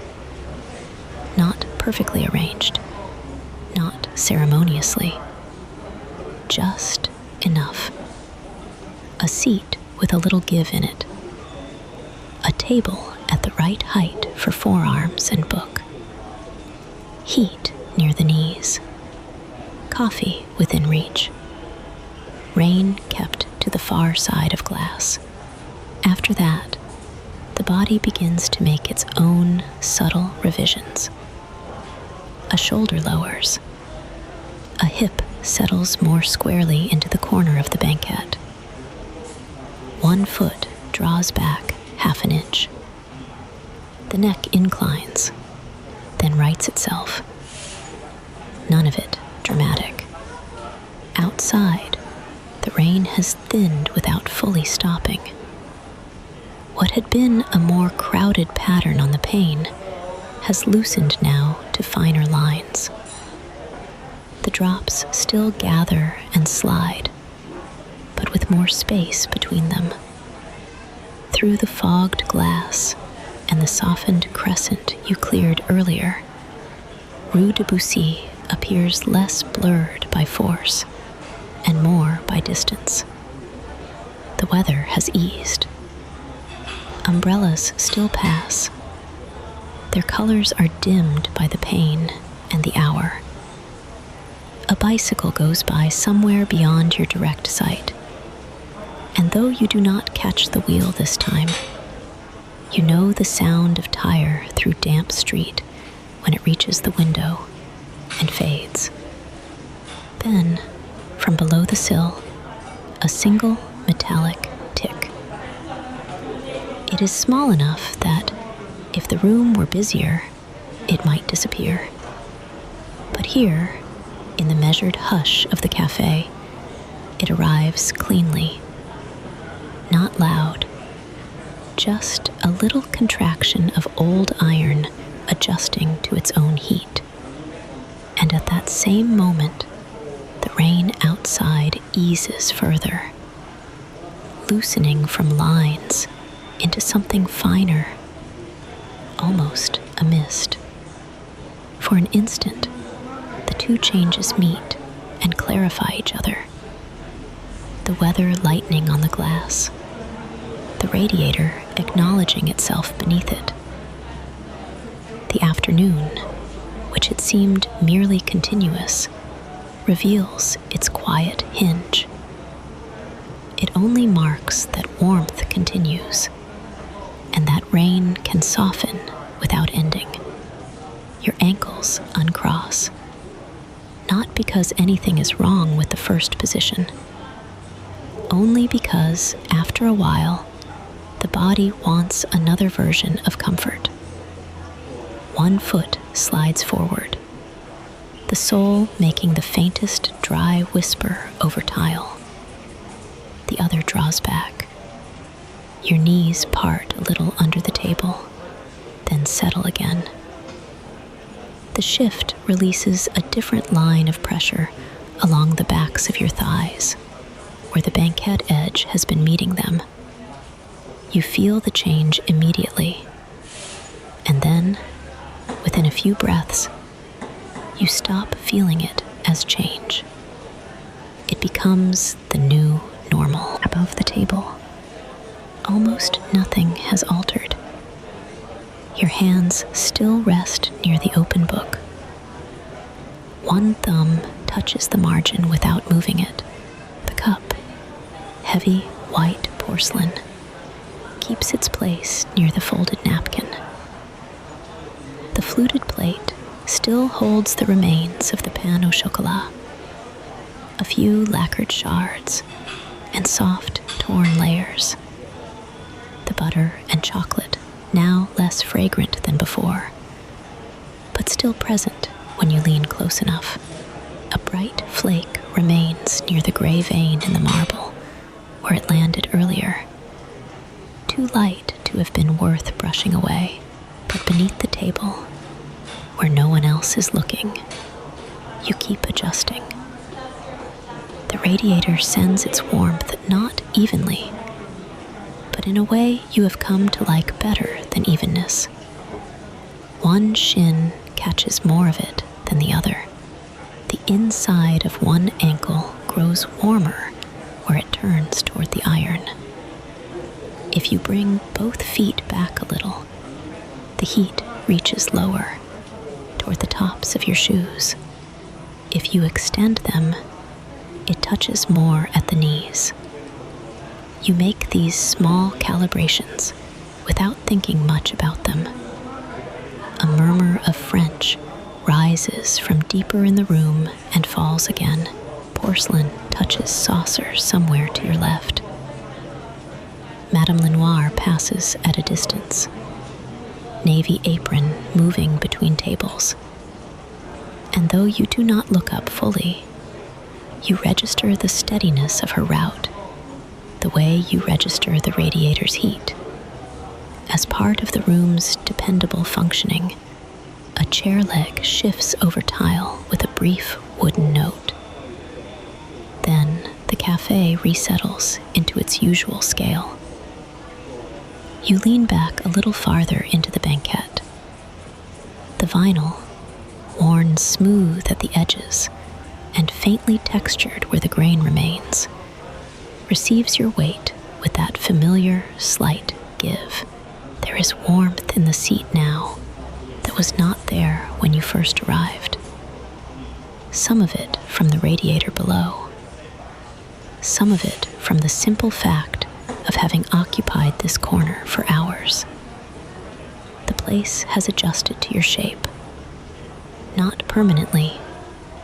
Not in any way that matters beyond this afternoon, but enough that when you settle your hips a little deeper and let your lower back meet the banquette more fully, the difference is immediate. You feel supported from behind and warmed from below the table at once. It makes reading slower in a good way. Your eyes can move down the page at their own pace. When they pause, nothing is lost. When they drift for a moment toward the window, the line waits in exactly the same place it was. You read a paragraph, then rest in the paragraph after it. Your legs remain where they have settled. The radiator continues its patient work. Another tick comes, later this time. Again, just a brief metallic sound from old iron. You find yourself listening for nothing more than its shape. Not sharp, not hollow, but compact, as if one small piece within the radiator has shifted against another, and then gone still. There is something restful in a sound so specific and so unnecessary to interpret. Only heat moving through iron. It asks for no response. It alters nothing except your awareness that the lower half of your body has been sitting in a current of warmth all this time. You draw one foot in until the toe of your shoe nearly meets the pedestal of the table. The other remains farther out. It is an asymmetrical posture, and therefore a comfortable one. One knee angles slightly toward the window. The other points more toward the room. Your ankles are no longer crossed, but they remain companionably near each other. The hem of one trouser leg rests higher than the other, and a narrow band of warmer air touches your sock. Nothing requires correction. You do not need to square yourself. Unevenness is allowed to be enough. Outside, the rain has become so fine that some of it seems to hover on the pane before deciding whether to run. The larger trails are fewer now. They leave behind watery paths that catch the dim light and then fade as new moisture gathers. Through the glass, the street keeps moving in fragments. A dark umbrella edge, a passing calf in a damp trouser leg, the reflection of a lamp stretched in the wet pavement. You do not need a clearer view than this. The fact of weather is enough. The fact of being inside it, but not in it, is more than enough.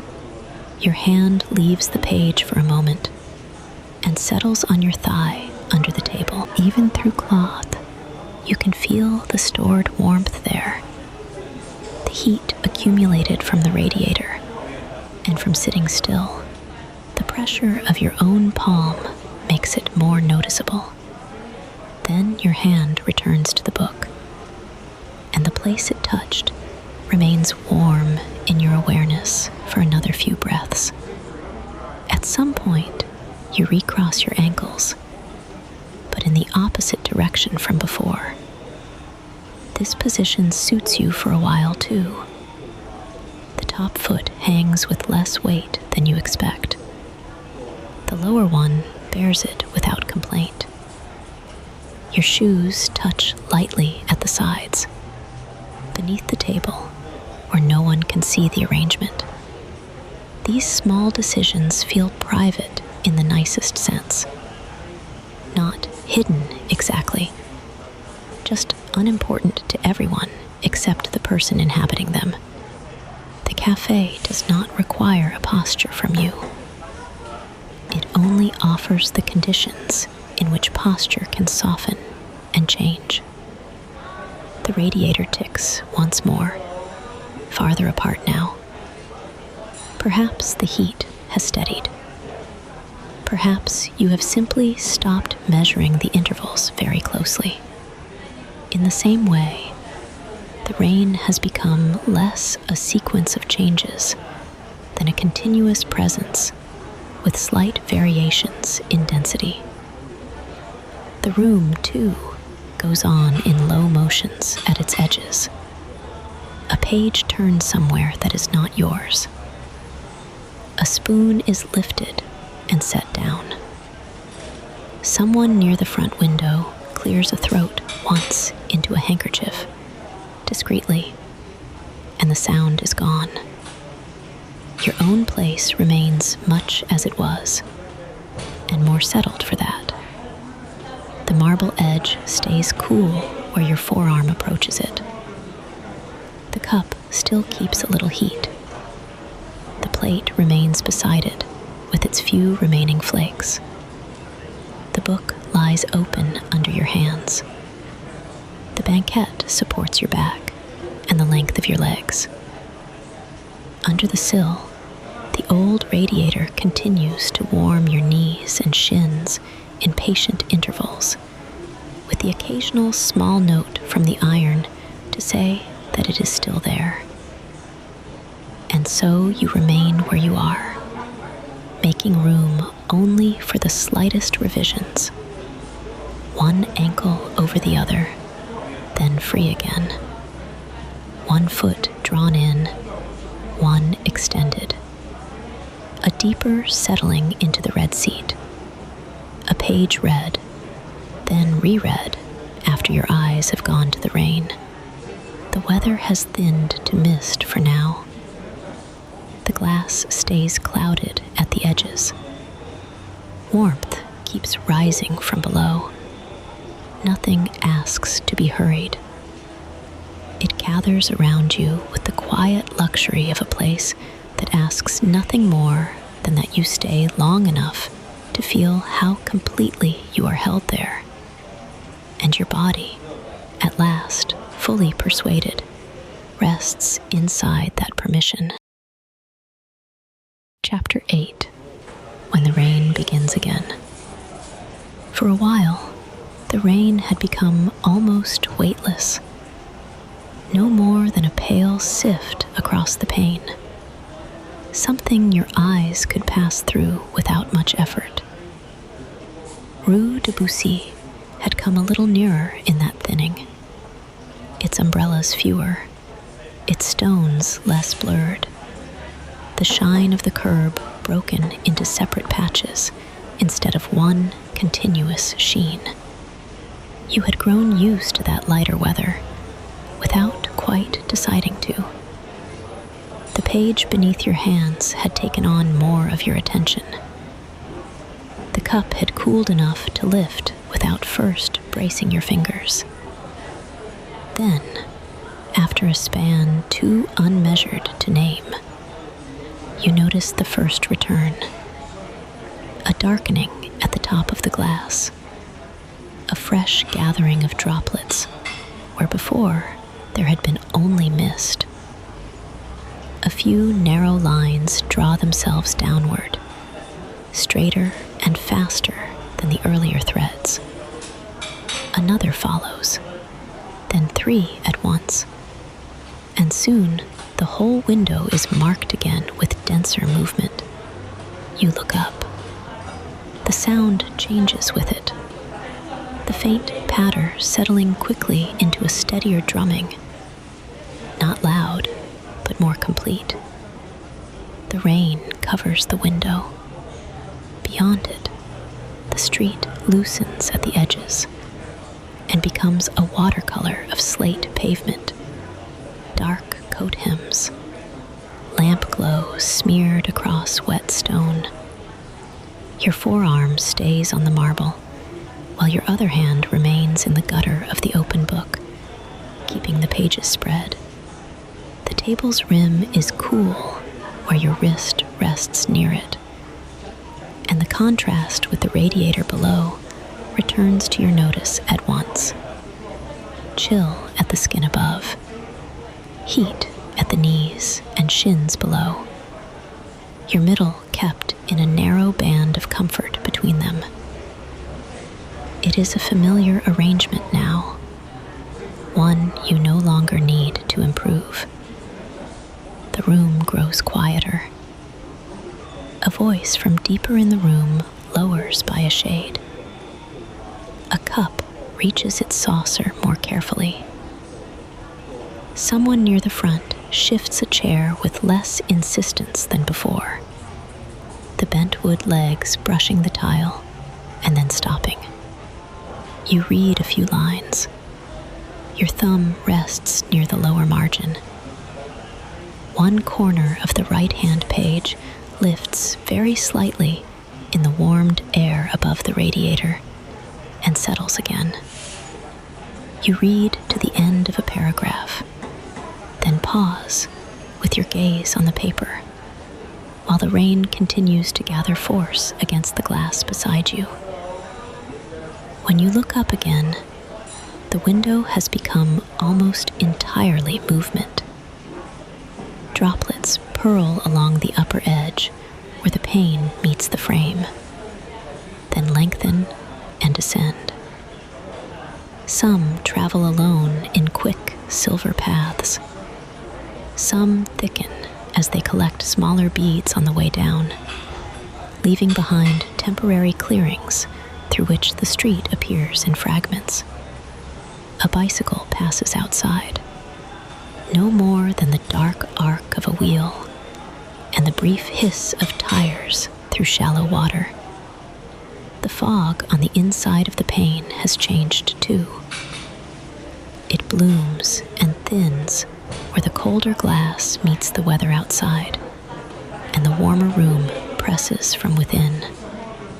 You could make your small crescent again if you wished, drawing the side of your thumb over the damp surface, feeling that cool slickness give way for a moment. But you do not move yet. There is pleasure in letting the window remain unreadable, in watching the rain covers it. Near the door, the chime sounds once, then again in quick succession, as the door is held half open against the weather. A gust of damp air reaches only so far before the room absorbs it. It carries the mineral smell of rainwater from the street, a trace of wet wool, the sharper note of umbrellas newly closed. Two late arrivals pause just inside, not from indecision, but from habit. You can see them only in pieces between shoulders and chairbacks. One dark sleeve, the hooked handle of an umbrella, a hem darkened nearly black with rain. Water beads along the umbrella ribs before being shaken off with one contained motion onto the mat by the threshold. Another umbrella folds with the faint click of its runner. Then both are lowered, gathered close, and the pair move inward. They blend into the room. The door closes. The air evens out again. Madame Lenoir passes through that small disturbance without changing the scale of anything. Navy apron, silver hair caught neatly back, one hand ready to guide, the other already reaching for the stand where umbrellas can drip in peace. Her movement is so practiced that your eye follows it without needing to hold it. She takes the wet things from the newcomers, or helps them settle them. Hard to say which, because by the time you have noticed, the umbrellas are no longer in anyone's hands. The room regains its previous shape. A chair receives 2 more coats. A low French phrase is offered and answered. Then the rain becomes the larger sound again. You shift back into the banquette a fraction more, feeling the cracked garnet vinyl give beneath your hip and shoulder blades. The seat has warmed to you over the course of the afternoon. It no longer feels borrowed. At the edge nearest the aisle, the vinyl is smoother, worn by years of coats sliding past. But in your corner, it still has a little grain under your palm when you set your hand there to settle. Below the sill, the old radiator ticks once. A brief metallic note from deep inside the cream-painted iron, and then resumes its steady warmth. Your cup stands just above the book, a little to the right, where you left it after the last sip. The white porcelain has lost some of its heat, but not all. When you lift it, the handle is warm at the first joint of your finger, and the bowl of it still gives a stored gentleness into your palms when you gather it in both hands. The stamp underneath, Boulerie Saint-Jacques, has become one of those details you know by touch and repetition rather than by looking. The saucer, when you set the cup down again, answers with a small porcelain note, round and contained. You drink while watching the rain rather than the page. The Café crème is no longer at its hottest. The milk has settled fully into the coffee, and the foam has thinned to a pale ring clinging to the inside of the cup. The taste is deeper now, less bright, more toasted than before. Warmth moves through your mouth and throat, and then spreads lower, joining the heat already gathered in your chest from the room, in your knees from the radiator, in your hands from the cup itself. On the plate, the remains of the pane au chocolat rest in their loosened layers. The dark gold top has dulled where it was broken. A few flakes still cling to the fluted white porcelain. 1 or 2 remain near the folded napkin on the marble, too light to have been worth chasing. The smell of butter has faded into the general air of coffee, warm ceramic, damp coats drying by degrees. You do not reach for the pastry now. It is enough that it is there, part of the table now. Outside, the rain thickens another degree.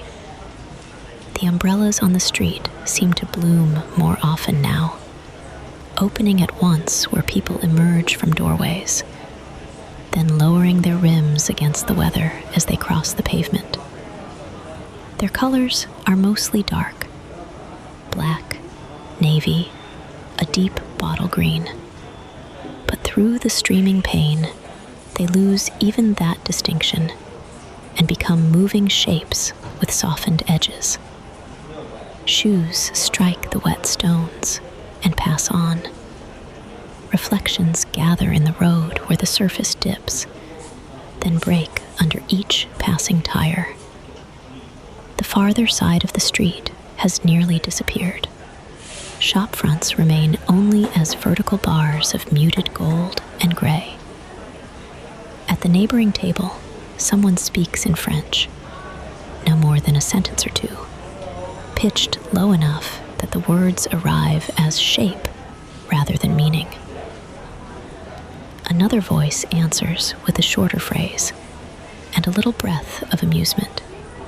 A spoon turns once against porcelain and is set down. Then there is the rain again. And beneath it, the room's smaller sounds spaced far apart. Cloth against vinyl. A page turned. The faint contact of cup to saucer. The nearly inaudible footfall of Madame Lenoir crossing from one table to another. You read another page. Perhaps less than a page. The amount does not matter. Your eyes move down the lines. Pause. Return to the beginning of a sentence. Continue. The book stays open beneath your hands. Paper dry and slightly textured under your fingertips. At the edge of your awareness, the window remains active. Every few seconds, offering a brighter run of water that catches what little afternoon light is left outside. The heavier rain has changed the room without interrupting it. If anything, your corner feels more complete now. The red seat more recessed. The marble circle more definite. The warmth under the sill more welcome for what presses at the glass. The late arrivals have already disappeared into the general life of the café. Their coats are part of the dim shape near the door. Their voices, if they speak, are no more distinguishable than anyone else's. The umbrellas continue dripping somewhere out of sight. Madame Lenoir passes once more through your peripheral vision. Not toward you, not away from you, simply along the route the room gives her. Her apron brushes lightly against a chair back. A cup is lifted from a table near the front. Another is set down. No scrape follows. You shift one foot under the table until the sole finds a comfortable angle on the tile. The other remains closer to the radiator, where heat rises through leather and stocking and into the shin. Your shoulders release another fraction into the banquette.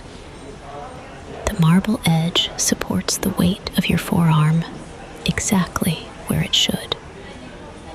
Beyond the glass, the rain keeps drawing and redrawing its narrow paths. The rain has returned in earnest.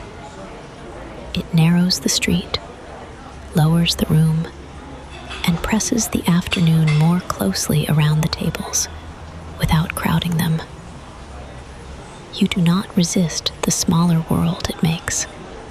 You read a little. You look up. You gather the cup. You set it down. The voices remain low. Water continues down the pane in patient, shining lines. And the corner where you sit grows more enclosed with every passing minute. Chapter 9. Room for silence between sounds. The rain has settled into a steadier pattern again, and after a while, your ears stop dividing it into separate drops. It becomes a surface sound at the window, a fine grain against the glass. What stands out now is the silence between sounds. Your forearms rest along the edge of the marble, where the rim still keeps its coolness. The open book lies under your hands. Near it, the cup sits on its saucer, with a little remaining heat in the porcelain. Not enough to steam now, but enough that when you gather it again, your palms remember what it was a few minutes ago. The sounds inside the cafe come one at a time, with enough space between them that each has its own shape, and enough quiet after each. A cup touches down on a saucer somewhere behind you. Not a clatter, only the brief ring of porcelain meeting porcelain, clear and pale, then gone. You hear the tiny after-sound of the saucer settling flat on the tabletop. The room does not fill the silence in a hurry. A low sentence in French moves near the front window, blurred by distance and by the rain on the pane. You do not make out the words, only the cadence. A few syllables, a pause, an answer shorter than the first. When the voices stop, then it is quiet again. You look down at the page again. Your eyes take in a few lines. Your thumb shifts near the lower margin, smoothing the paper where it has lifted very slightly in the warm air rising from the radiator. The paper has its own dry texture, faintly rough beneath the pad of your finger. When you turn the page, it makes a sound, thinner than cloth, thicker than a leaf. Then the new page lies flat, and the quiet returns around it before anything else arrives. From deeper in the cafe comes the softened presence of the espresso machine. Not a sharp hiss, only a subdued exhale, followed by a brief metallic note, and then stillness. It is far enough away to lose its edges before it reaches you. You have heard it often enough over the course of the afternoon that it no longer stands apart from the other sounds. It belongs with the rain, with the radiator's occasional tick, with the slight movement of chairs over tile. Then it is quiet again. One of those chairs shifts now. The legs draw back lightly. A bent wood scrape softened by distance and by the worn floor. The sound is brief and level, more a brush than a drag. You picture the motion without needing to look. Someone adjusting, rising perhaps, or making room for a coat. For a moment, the room feels fractionally larger, as if a small space has opened somewhere beyond your sight. A moment later comes the reverse. The chair returned under the table with even less sound than before. The room narrows back into itself, resettled. The radiator gives warmth steadily to your knees and shins. It has been doing so long enough now that you notice it most when your attention passes over the lower half of your body. The way one notices the weight of a blanket only after forgetting it for a while. The old cream paint on the iron is out of sight beneath the sill. But you know its yellowed surface, its ridges, its patient heat. Every so often, it marks the hourless afternoon with a small metallic tick. When it does, the sound is so modest you might miss it if the room were busier. Here it arrives cleanly, and then the rain and silence close around it again. Madame Lenoir passes somewhere to your left. You know her by the faint shift in the room before you hear anything distinct. The measured pace, the absence of rattling, the way Porcelain seems to reach the table under her hand without protest. A spoon is gathered from one place. A cup is adjusted at another. There is the slightest contact of plate against plate, as something is stacked for carrying away. Then pause. Then another small correction at another table. None of it breaks the reading. None of it asks you to look up. Yet, you sense the cafe becoming tidier behind your shoulder. Corners restored, crumbs removed, cups drawn into neater alignments. You read another paragraph, then stop at the end of a sentence and let your gaze loosen. The page remains open beneath your hands. Beside it, on the fluted white plate, the pane au chocolat has been reduced to a few remaining folds and flakes. The darker glaze on one torn edge still catching a little of the dim window light. A bright shard of pastry lies near the folded napkin, and another smaller flake rests on the marble close to one of the pale gray veins. You leave both where they are. Their small untidiness suits the table better than a spotless finish would. At the front of the cafe, the door gives its muted chime and then closes again. A thread of damp air reaches only part way into the room before it thins and disappears into coffee, warm milk, wool drying by degrees, and the faint, buttery sweetness still rising from your plate. There is a brief rustle of a coat being eased off, a soft pat of an umbrella tip against tile, a low greeting answered by Madame Lenoir.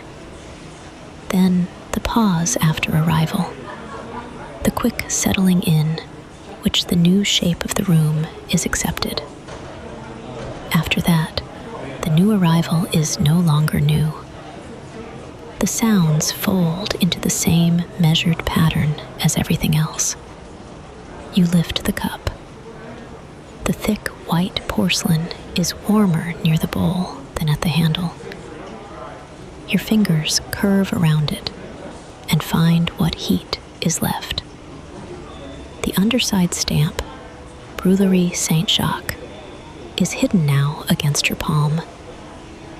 But you know the slight indentation of the letters there from earlier, when the cup was fuller and hotter, and you lifted it in both hands to feel the warmth spread into your fingers. Now the sip is milder, the foam settled, the coffee and milk more integrated on the tongue. It has lost none of its comfort by cooling. Sometimes the later sips are easier, requiring less attention than the first bright heat. You set the cup down again, and the saucer answers with that familiar porcelain note, lower now because you are listening for it. The sound fades quickly.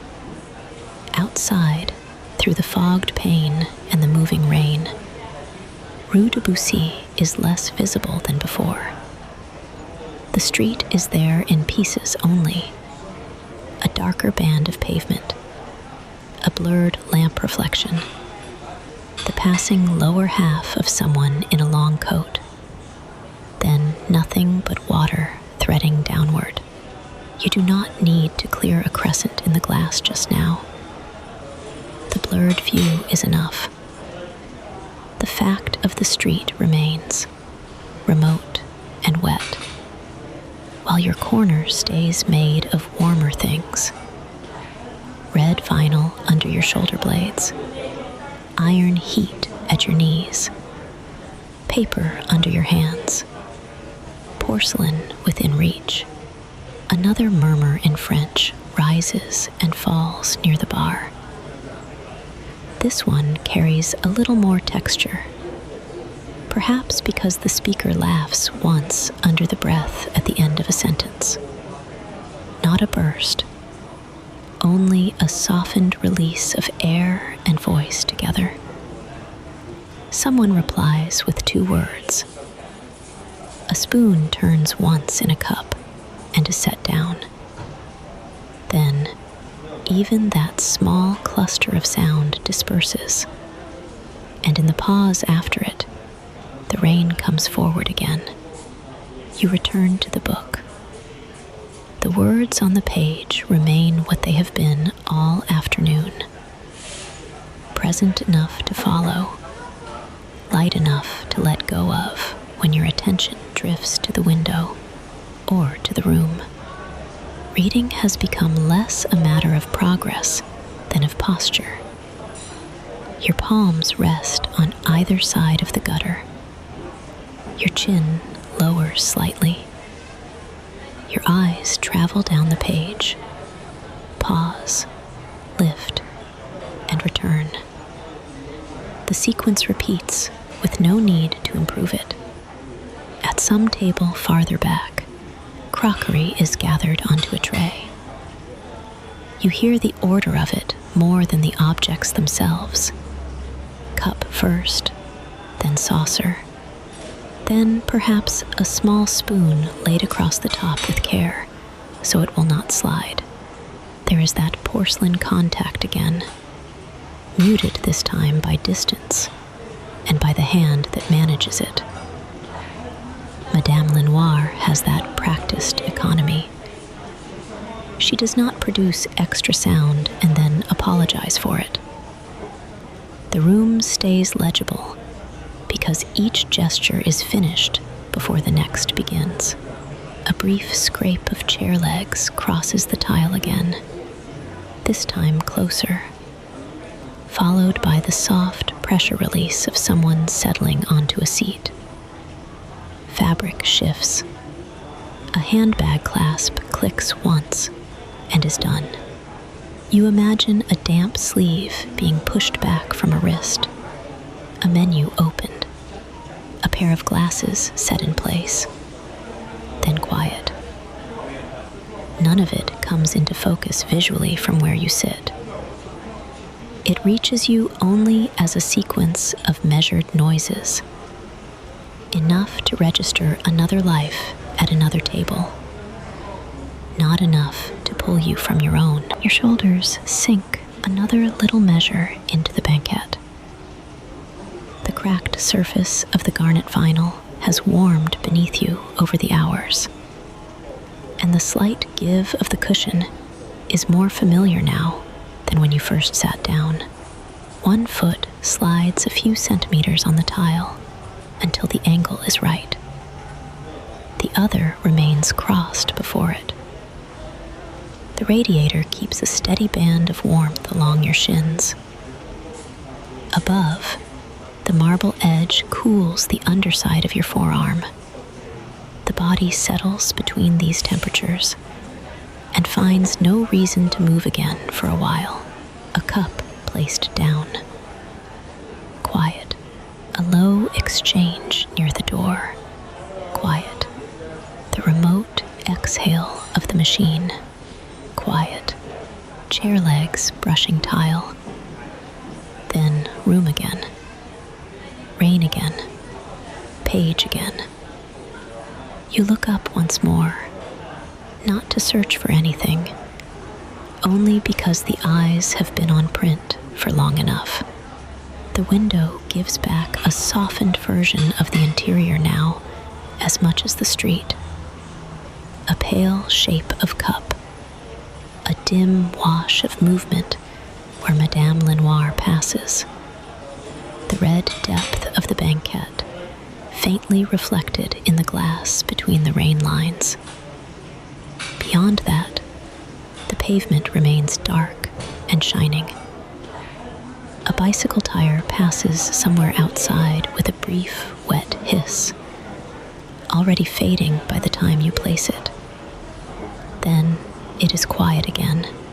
Your thumb rests near the edge of the page. You could turn it now, but you do not yet. The paragraph before you has room to stay open a little longer. In the next silence, you hear the radiator tick once under the sill. From the front comes a final, distant touch of porcelain. Then it is quiet again.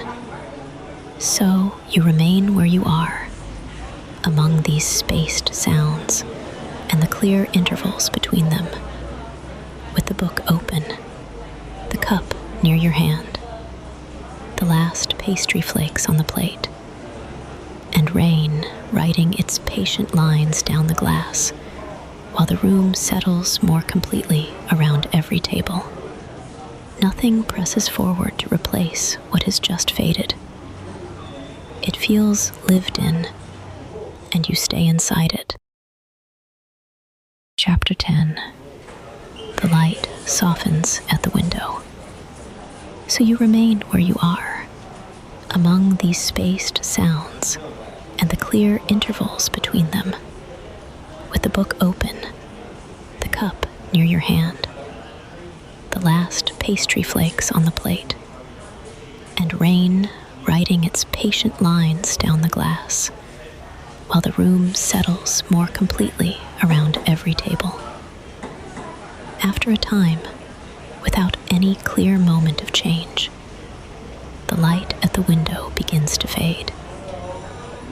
It is not darker all at once. The street does not disappear. Rue de Bussy is still there beyond the pane, still wet and moving in its distant way. But the contrast has softened. The gray outside shows less strongly through the glass. Instead, the window reflects more of the room. At first, you notice it only as a pale doubling near the edge of the pane, the white curve of your cup appearing faintly beside the real one, the marble's rim repeated in a dimmer arc, your own sleeve only half visible in the fogged reflection. The glass has become less a clear boundary and more a surface with two worlds resting on it at once. Outside, rain still purls, joins, and slides downward. Inside, the rounded lip of porcelain and the shadowed red of the banquette begin to hover in the same field. You lift your eyes from the page and let them rest there.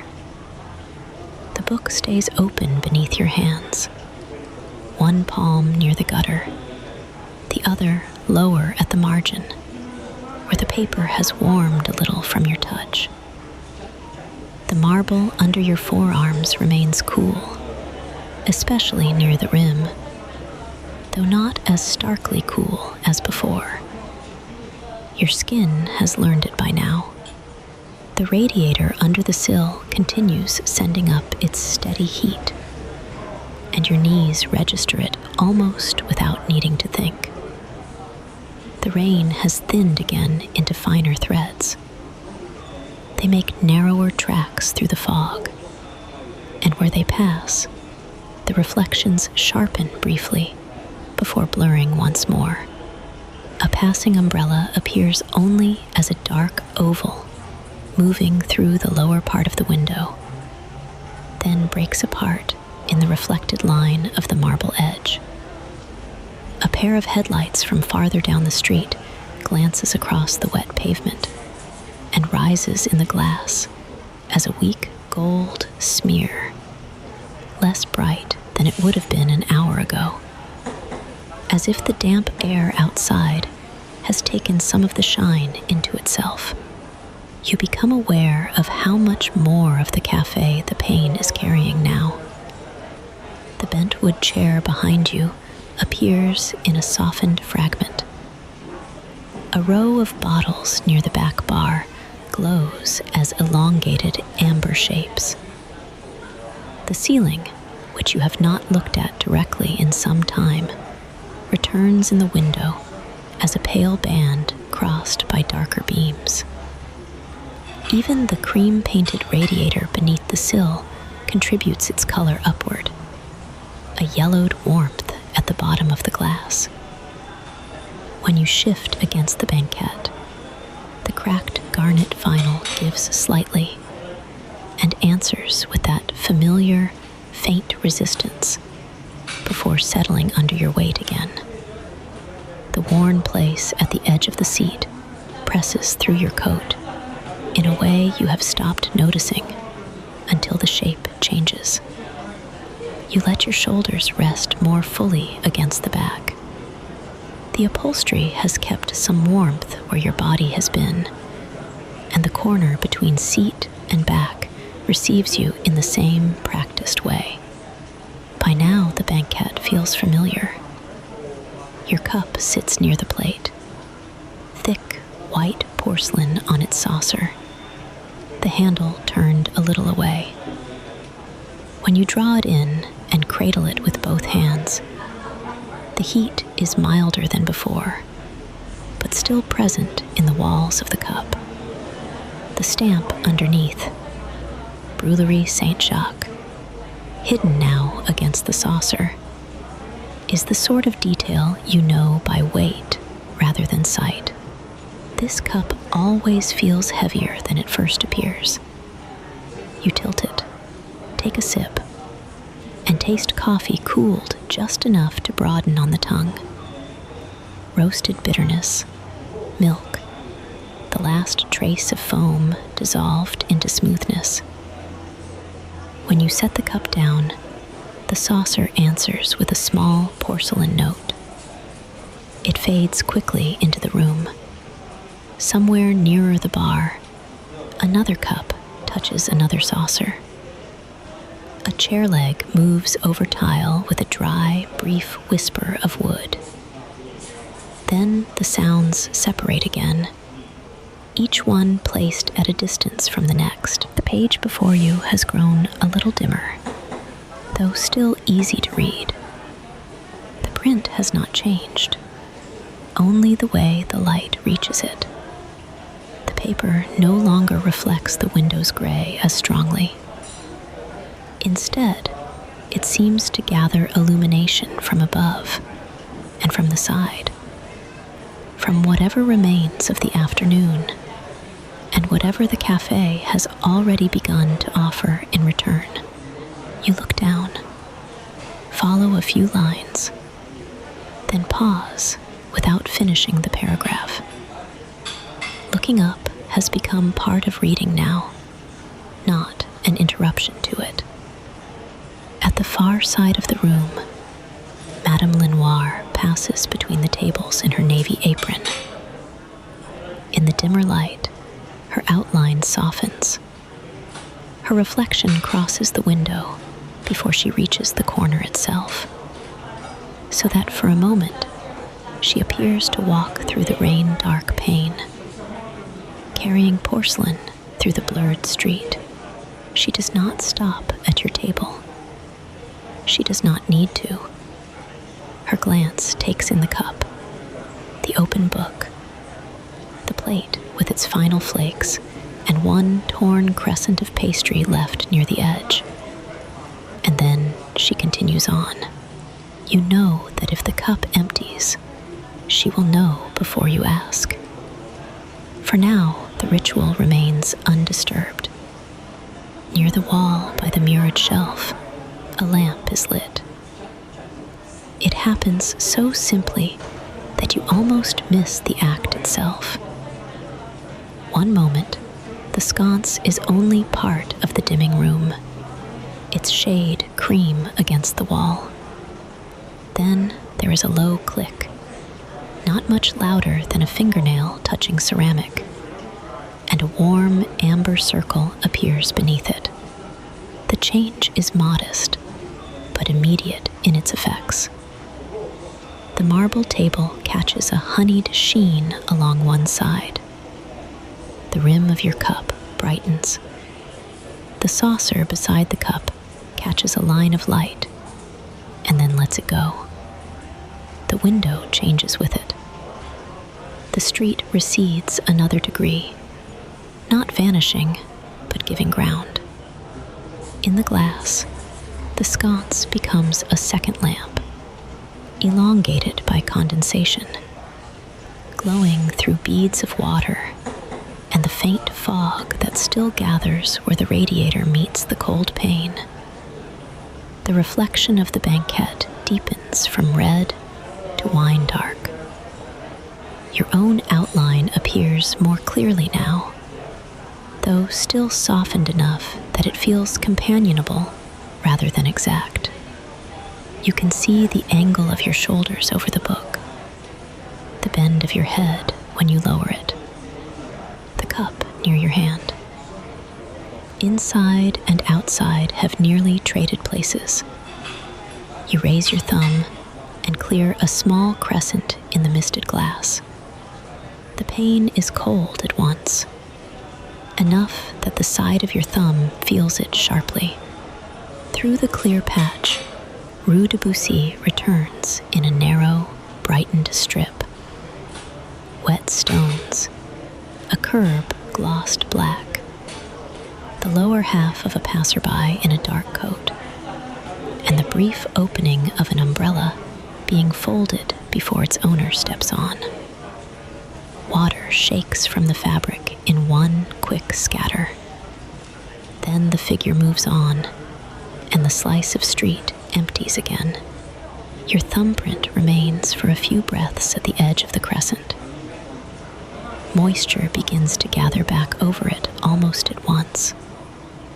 First as a thin bloom, then as a clouded veil. You do not wipe it again right away. The pleasure is partly in watching the view close by degrees, the clear patch turning milky, the pavement outside losing its edges, the reflected lamp spreading wider through the fog. When you lower your hand, your fingertips return to the page.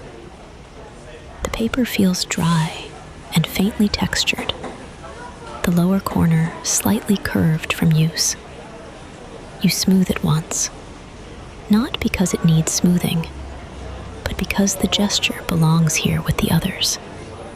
Cup lifted, page touched, eyes raised, thumb to glass, hand back to the book. The sequence has become so familiar that each movement seems to prepare the next. The banquette receives another small adjustment from you.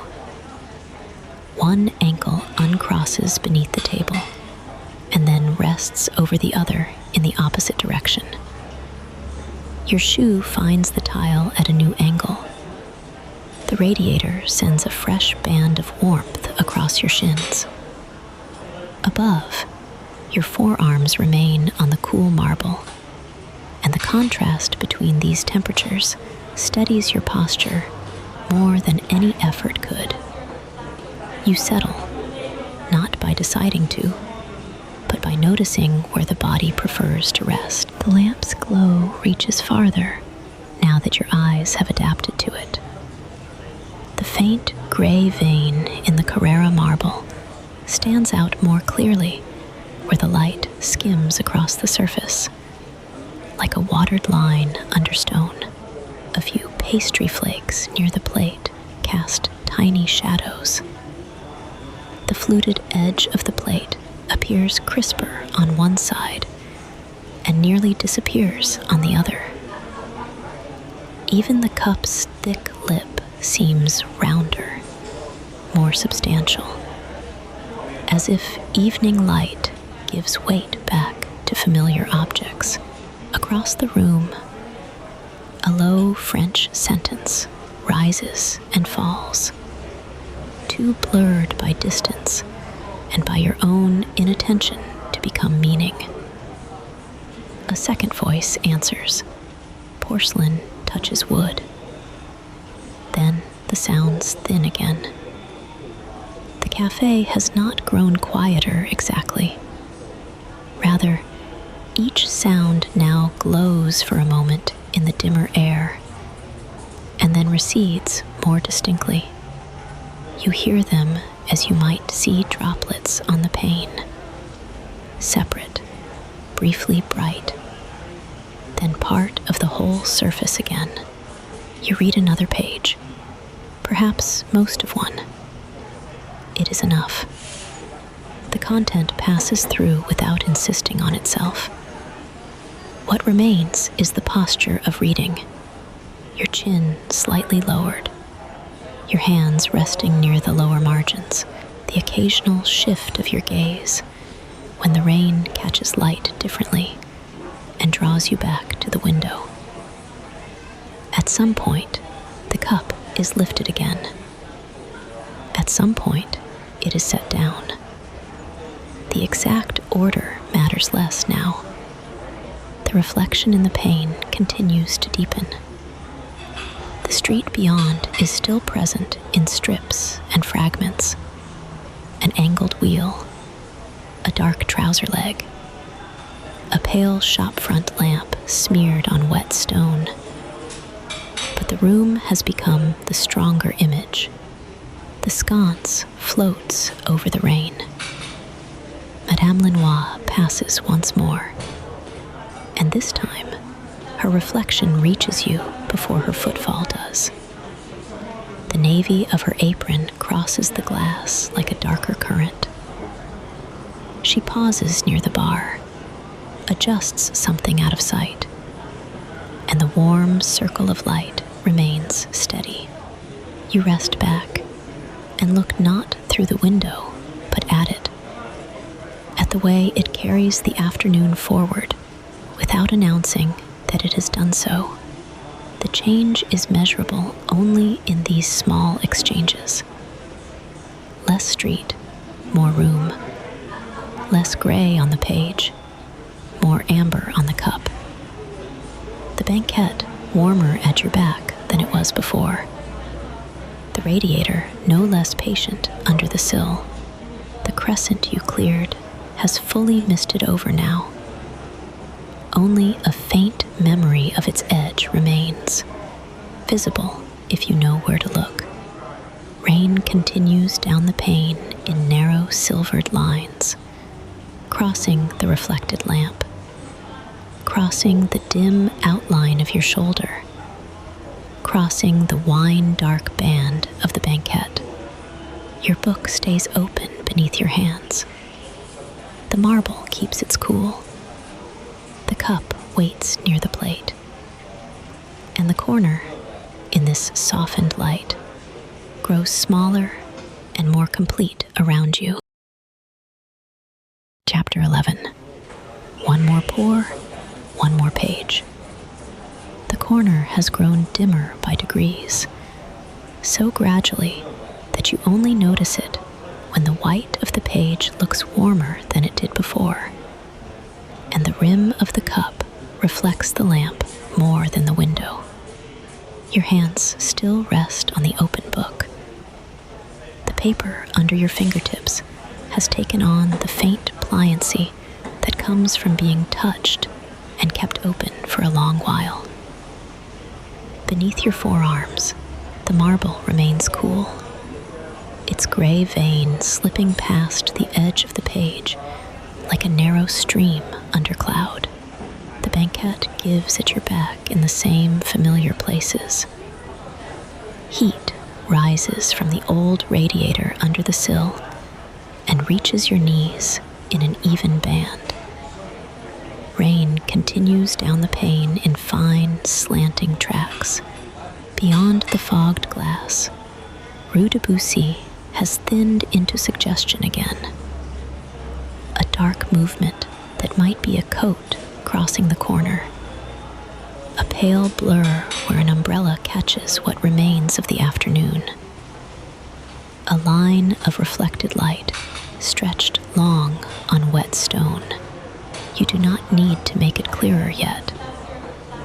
The room itself has come forward in the window, and your own corner is easier to read than the street. The cup, the plate, the open book, the curved edge of the marble, the dark red of the seat beneath you.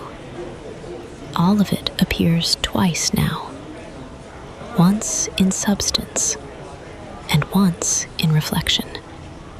The two versions nearly touching.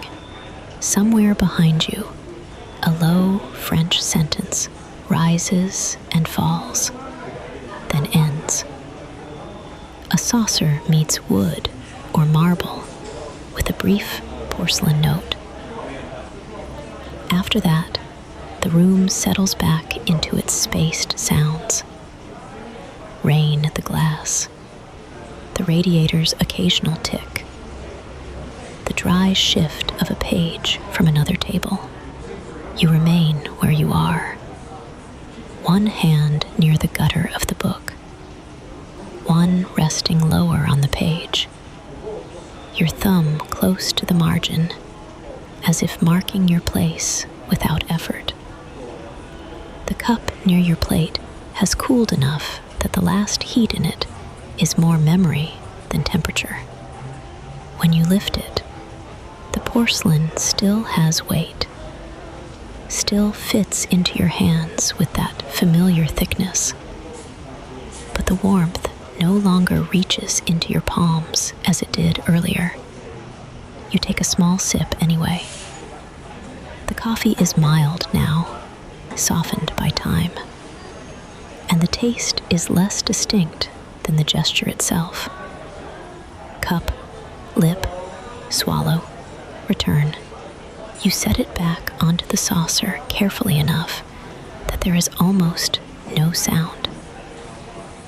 A few pastry flakes remain on the fluted plate, and one bright shard still catches the lamp near the marble's gray vein.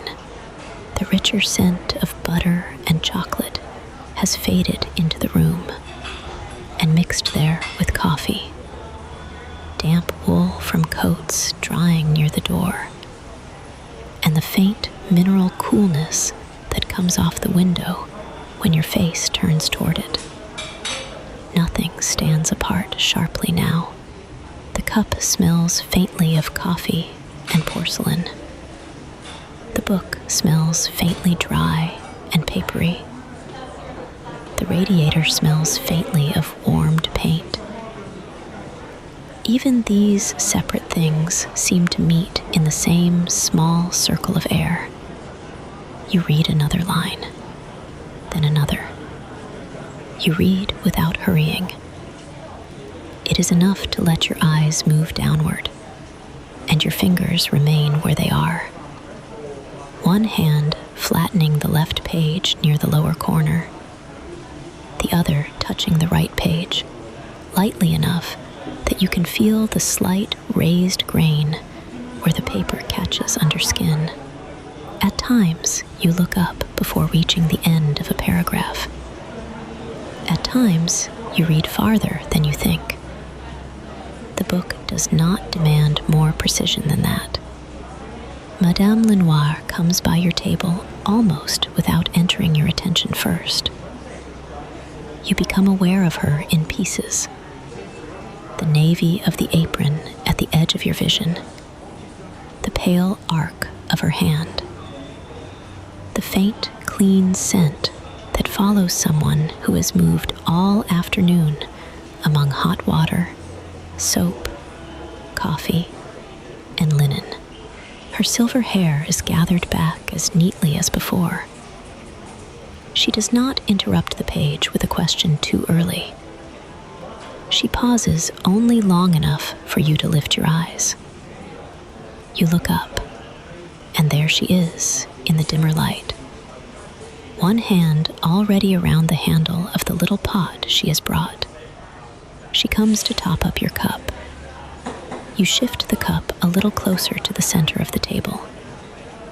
The saucer slides less than an inch across the marble. The pour is nearly soundless. A thin, dark stream enters the white cup and deepens the color inside it.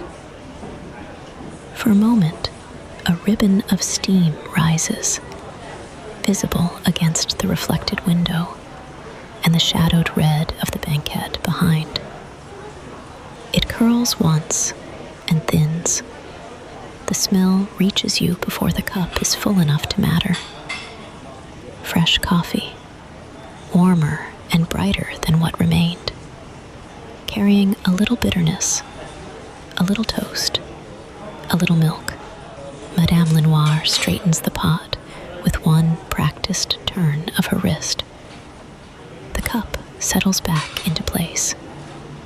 She is gone again, with the same economy with which she arrived, leaving no scrape, no clatter, only the renewed warmth before you. You rest your hands around the cup at once, almost before the steam has vanished.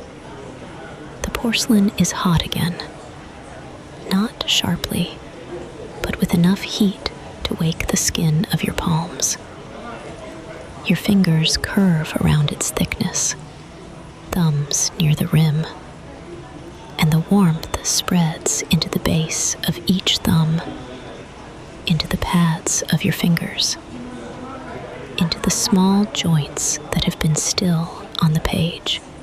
The gesture is familiar now. You lift the cup. The first sip after the pour is hotter than the last one had been, and your mouth notices at once. Foam touches your upper lip.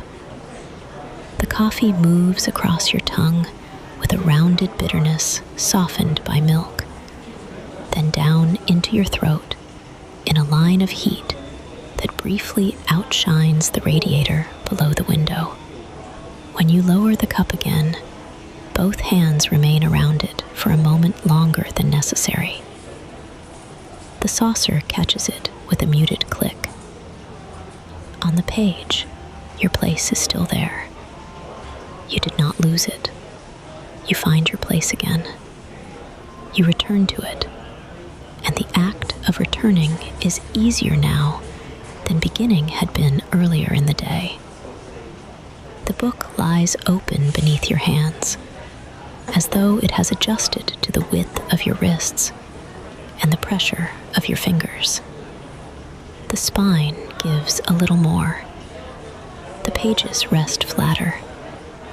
Even the lower corners have taken a slight curve from being turned and smoothed one after another. You read until the right-hand page is nearly done. Then your fingers move into the known positions without thought. One hand lifting the outer edge, the other waiting near the gutter. The page makes a dry, thin sound as it rises. For a second, it catches a little warmth from the radiator and hesitates in a shallow arc. You smooth it over. The sheet settles onto the left side with a faint brushing sound against paper already read. One more page. The stack under your left hand grows barely thicker. Under your right, barely thinner. Across the room, a chair leg murmurs over tile. Someone near the front door folds a newspaper once, then leaves it folded. A spoon turns in a cup and is set down. The sounds come separately, with space between them. In those spaces, you hear the rain again, finer now, then briefly denser, then fine once more, as if the weather has not decided to stop and sees no reason to hurry either way. You glance toward the window. The pane has misted almost completely, but near the edge of the frame, there is a patch where the glass has cleared on its own, no larger than your palm. Through it, you catch the shine of the curb and the passing dark of shoes. A bicycle goes by outside, not fast, only steadily, tires making that low hiss through shallow water before the sound fades down the street. Then the patch clouds over from the edges inward until the view softens again. You could lift your hand and draw another crescent with the side of your thumb. You know the exact chill of the glass, the way the clear arc appears at once and then slowly disappears. But this time, you leave the pane untouched. The memory of the gesture is enough. The fog itself has become part of the room's arrangement, another surface between you and the street, another layer through which the rain is seen, but not felt. You stay with the warmth in your hands instead. The cup has begun already to cool from the top down. The rim remains hot when your lip meets it, while lower down, the porcelain is only warmly dense. You turn it slightly between your palms before taking another sip. The stamp underneath, Brûlerie Saint-Jacques, presses nowhere against your skin. But you know it is there, hidden by the saucer now, part of the cup's familiar underside. The knowledge belongs with everything else you no longer need to look at directly.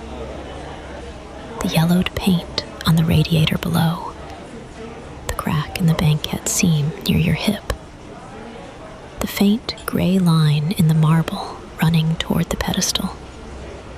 Your ankles shift under the table and find a new crossing. The movement is small, enough to change the pressure in your shoes and the angle of your knees toward the radiator. Warmth reaches your shins again in a slightly different band. You settle back.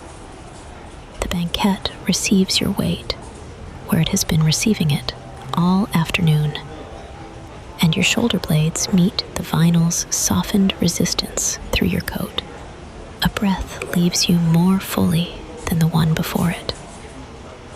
Not a sigh for anyone to hear.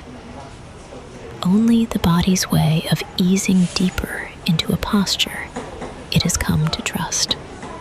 Madame Lenoir passes once more toward the back, with an empty plate balanced in one hand and 2 cups nested on a saucer in the other. Her route through the room is unchanged. She turns at the same narrow place between tables, pauses at the same corner to let a guest shift a chair, then continues. You notice the white cuff at her wrist, the dark line of the apron tie at her back, the steadiness with which she keeps Porcelain from speaking louder than necessary. A moment later, she is out of view again.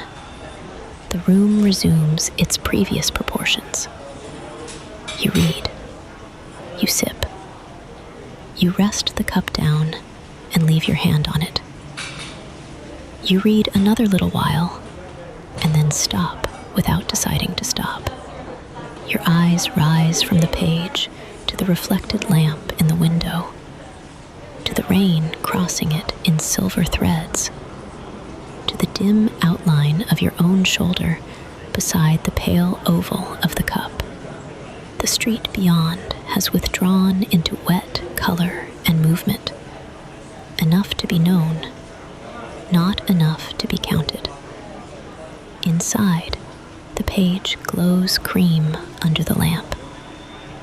The marble edge catches a narrow line of light. A last flake on the plate has gone soft at one corner, where it touched a trace of butter. Another sip. Another paragraph. Another pause with your hands resting on either side of the book, as if the pages themselves give off a little warmth now, borrowed from the cup, from your fingers, from the long, steady occupation of the table. Rain marks the pane. Heat gathers at your knees. Coffee warms your palms again each time you lift the cup. The book remains open under your hands, ready to receive your eyes whenever they lower. And the corner of the café, dimmer now and more enclosed in reflection, keeps its same measured arrangement around you as the page, the cup, and the weather continue. Chapter 12. The weather continuing. The pane is half clear, half clouded again. Not one thing or the other, but held between, as if the rain and the room have been taking turns with the glass. Near the center, a narrow crescent still keeps a little of the street, though its edges have begun to blur. Beyond it, Rue de Bussy is reduced to dark movement and diluted light. A passing umbrella, the brief silver bend of a bicycle rim, the curb shining where water gathers before slipping along the gutter.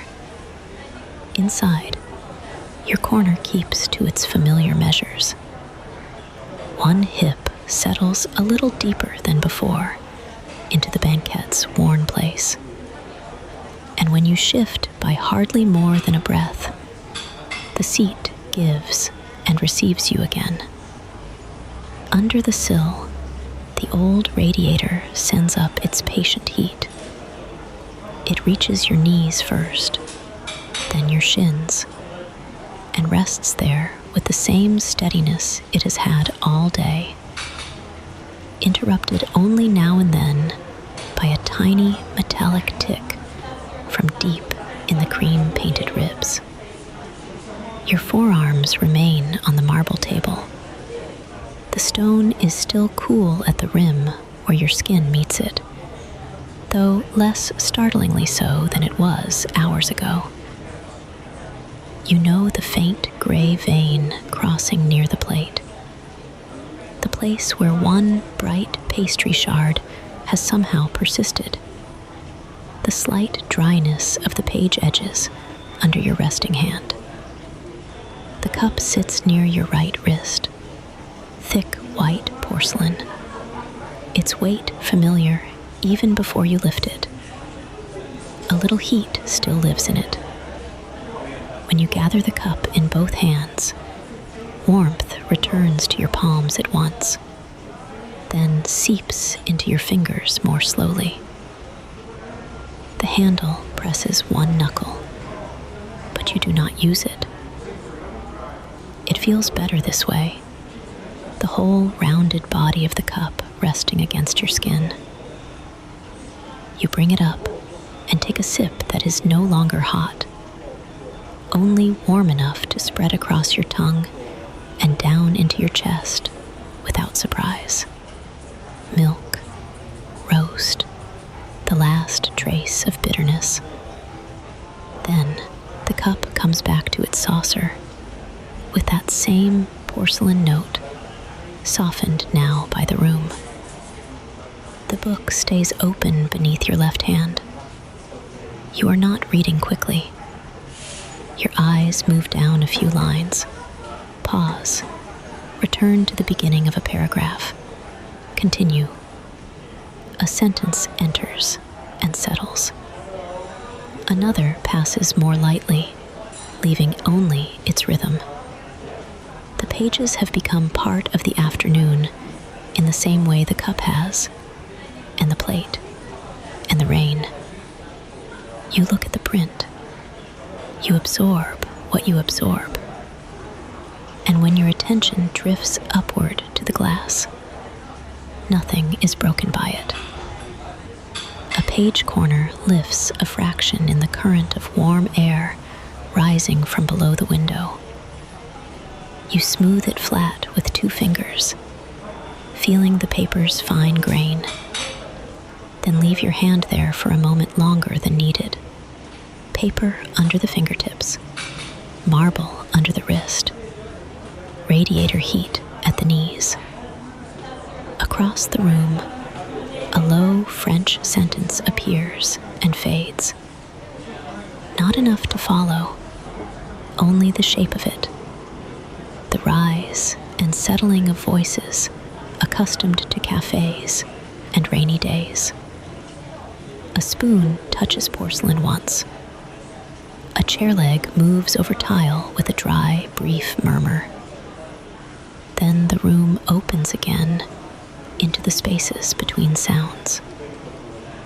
Madame Lenoir passes in the reflected dimness of the pane before you hear her at all. Silver hair gathered back, navy apron, one hand carrying a folded cloth.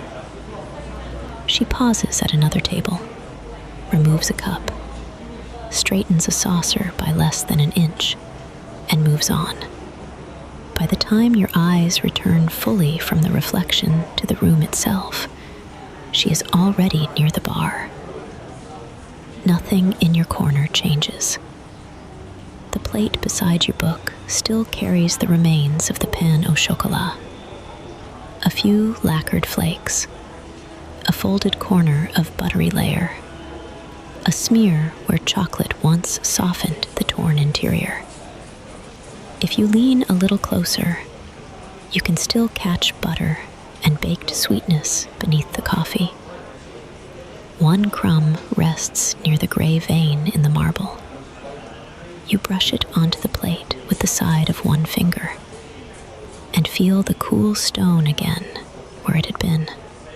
Outside, the rain gathers itself, then loosens.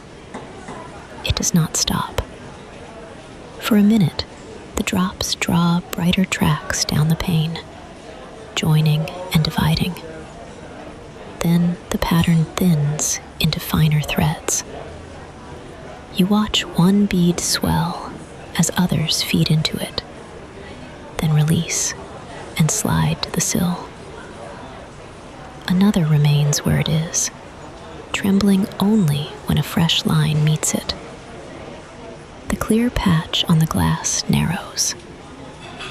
Without deciding to, you lift your hand and touch the pane again with the side of your thumb. The glass is cool enough to surprise your skin after the cup. You draw a crescent no larger than before, and for a moment, the street comes nearer. A pair of dark shoes passes, a coat hem darkened by rain, the pale underside of an umbrella tipping as someone turns the corner. Reflected lamplight stretches in the wet stones and breaks under a bicycle tire. For a moment, the street feels close. Then the figure is gone, and what remains is pavement, water, and movement. You leave the mark alone after that. Moisture begins at once to gather over its edges. The cleared crescent does not vanish quickly. It yields by degrees. First at the top, where the warmer air catches. Then along the curve, where your thumb passed most lightly. The umbrella blur softens. The curb loses its sharp line. A yellow reflection broadens into a smear. The opening clouds over again until the pane is once more blurred again. Your ankles uncross under the table and cross again the other way. The shift is small, but felt through your whole lower half. The angle of your shoes on tile, the line of warmth along one shin, and then the other. The place where the banquette presses behind your thighs. You settle your shoulders more fully against the red backrest. The vinyl has a faint stored warmth now, and beneath that, the older firmness of the bench itself. The cup is lighter than it was. You turn it once on its saucer without lifting it, just enough to feel the glazed foot ring travel over porcelain. Another sip. Then the cup returns to the table, and your hand drifts back to the book. The room has grown dim enough that the window shows more of the café than the street. Your own corner appears there in fragments, the white cup doubled faintly in the glass, the marble rim catching a low amber line. The red of the banquette deepened toward brown in reflection. Beyond that, if you look at the right angle, you can make out the pale bars of the radiator beneath the sill, and the movement of Madame Lenoir crossing the room once more. Street and room share the pane now, without either one fully claiming it. You read another page, or nearly another page. At some point, your eyes stop on the same line for longer than the line requires, and you let them. The book remains open. Your thumb keeps one side spread. The heel of your other hand anchors the opposite page. The paper has warmed slightly where your skin has touched it again and again. When you turn the page at last, it makes a dry, modest sound. From the door comes the faintest chime and a brief, cool draft under the richer smells of coffee and damp wool. Someone has entered from the rain. You do not turn to look. The air changes, then equalizes.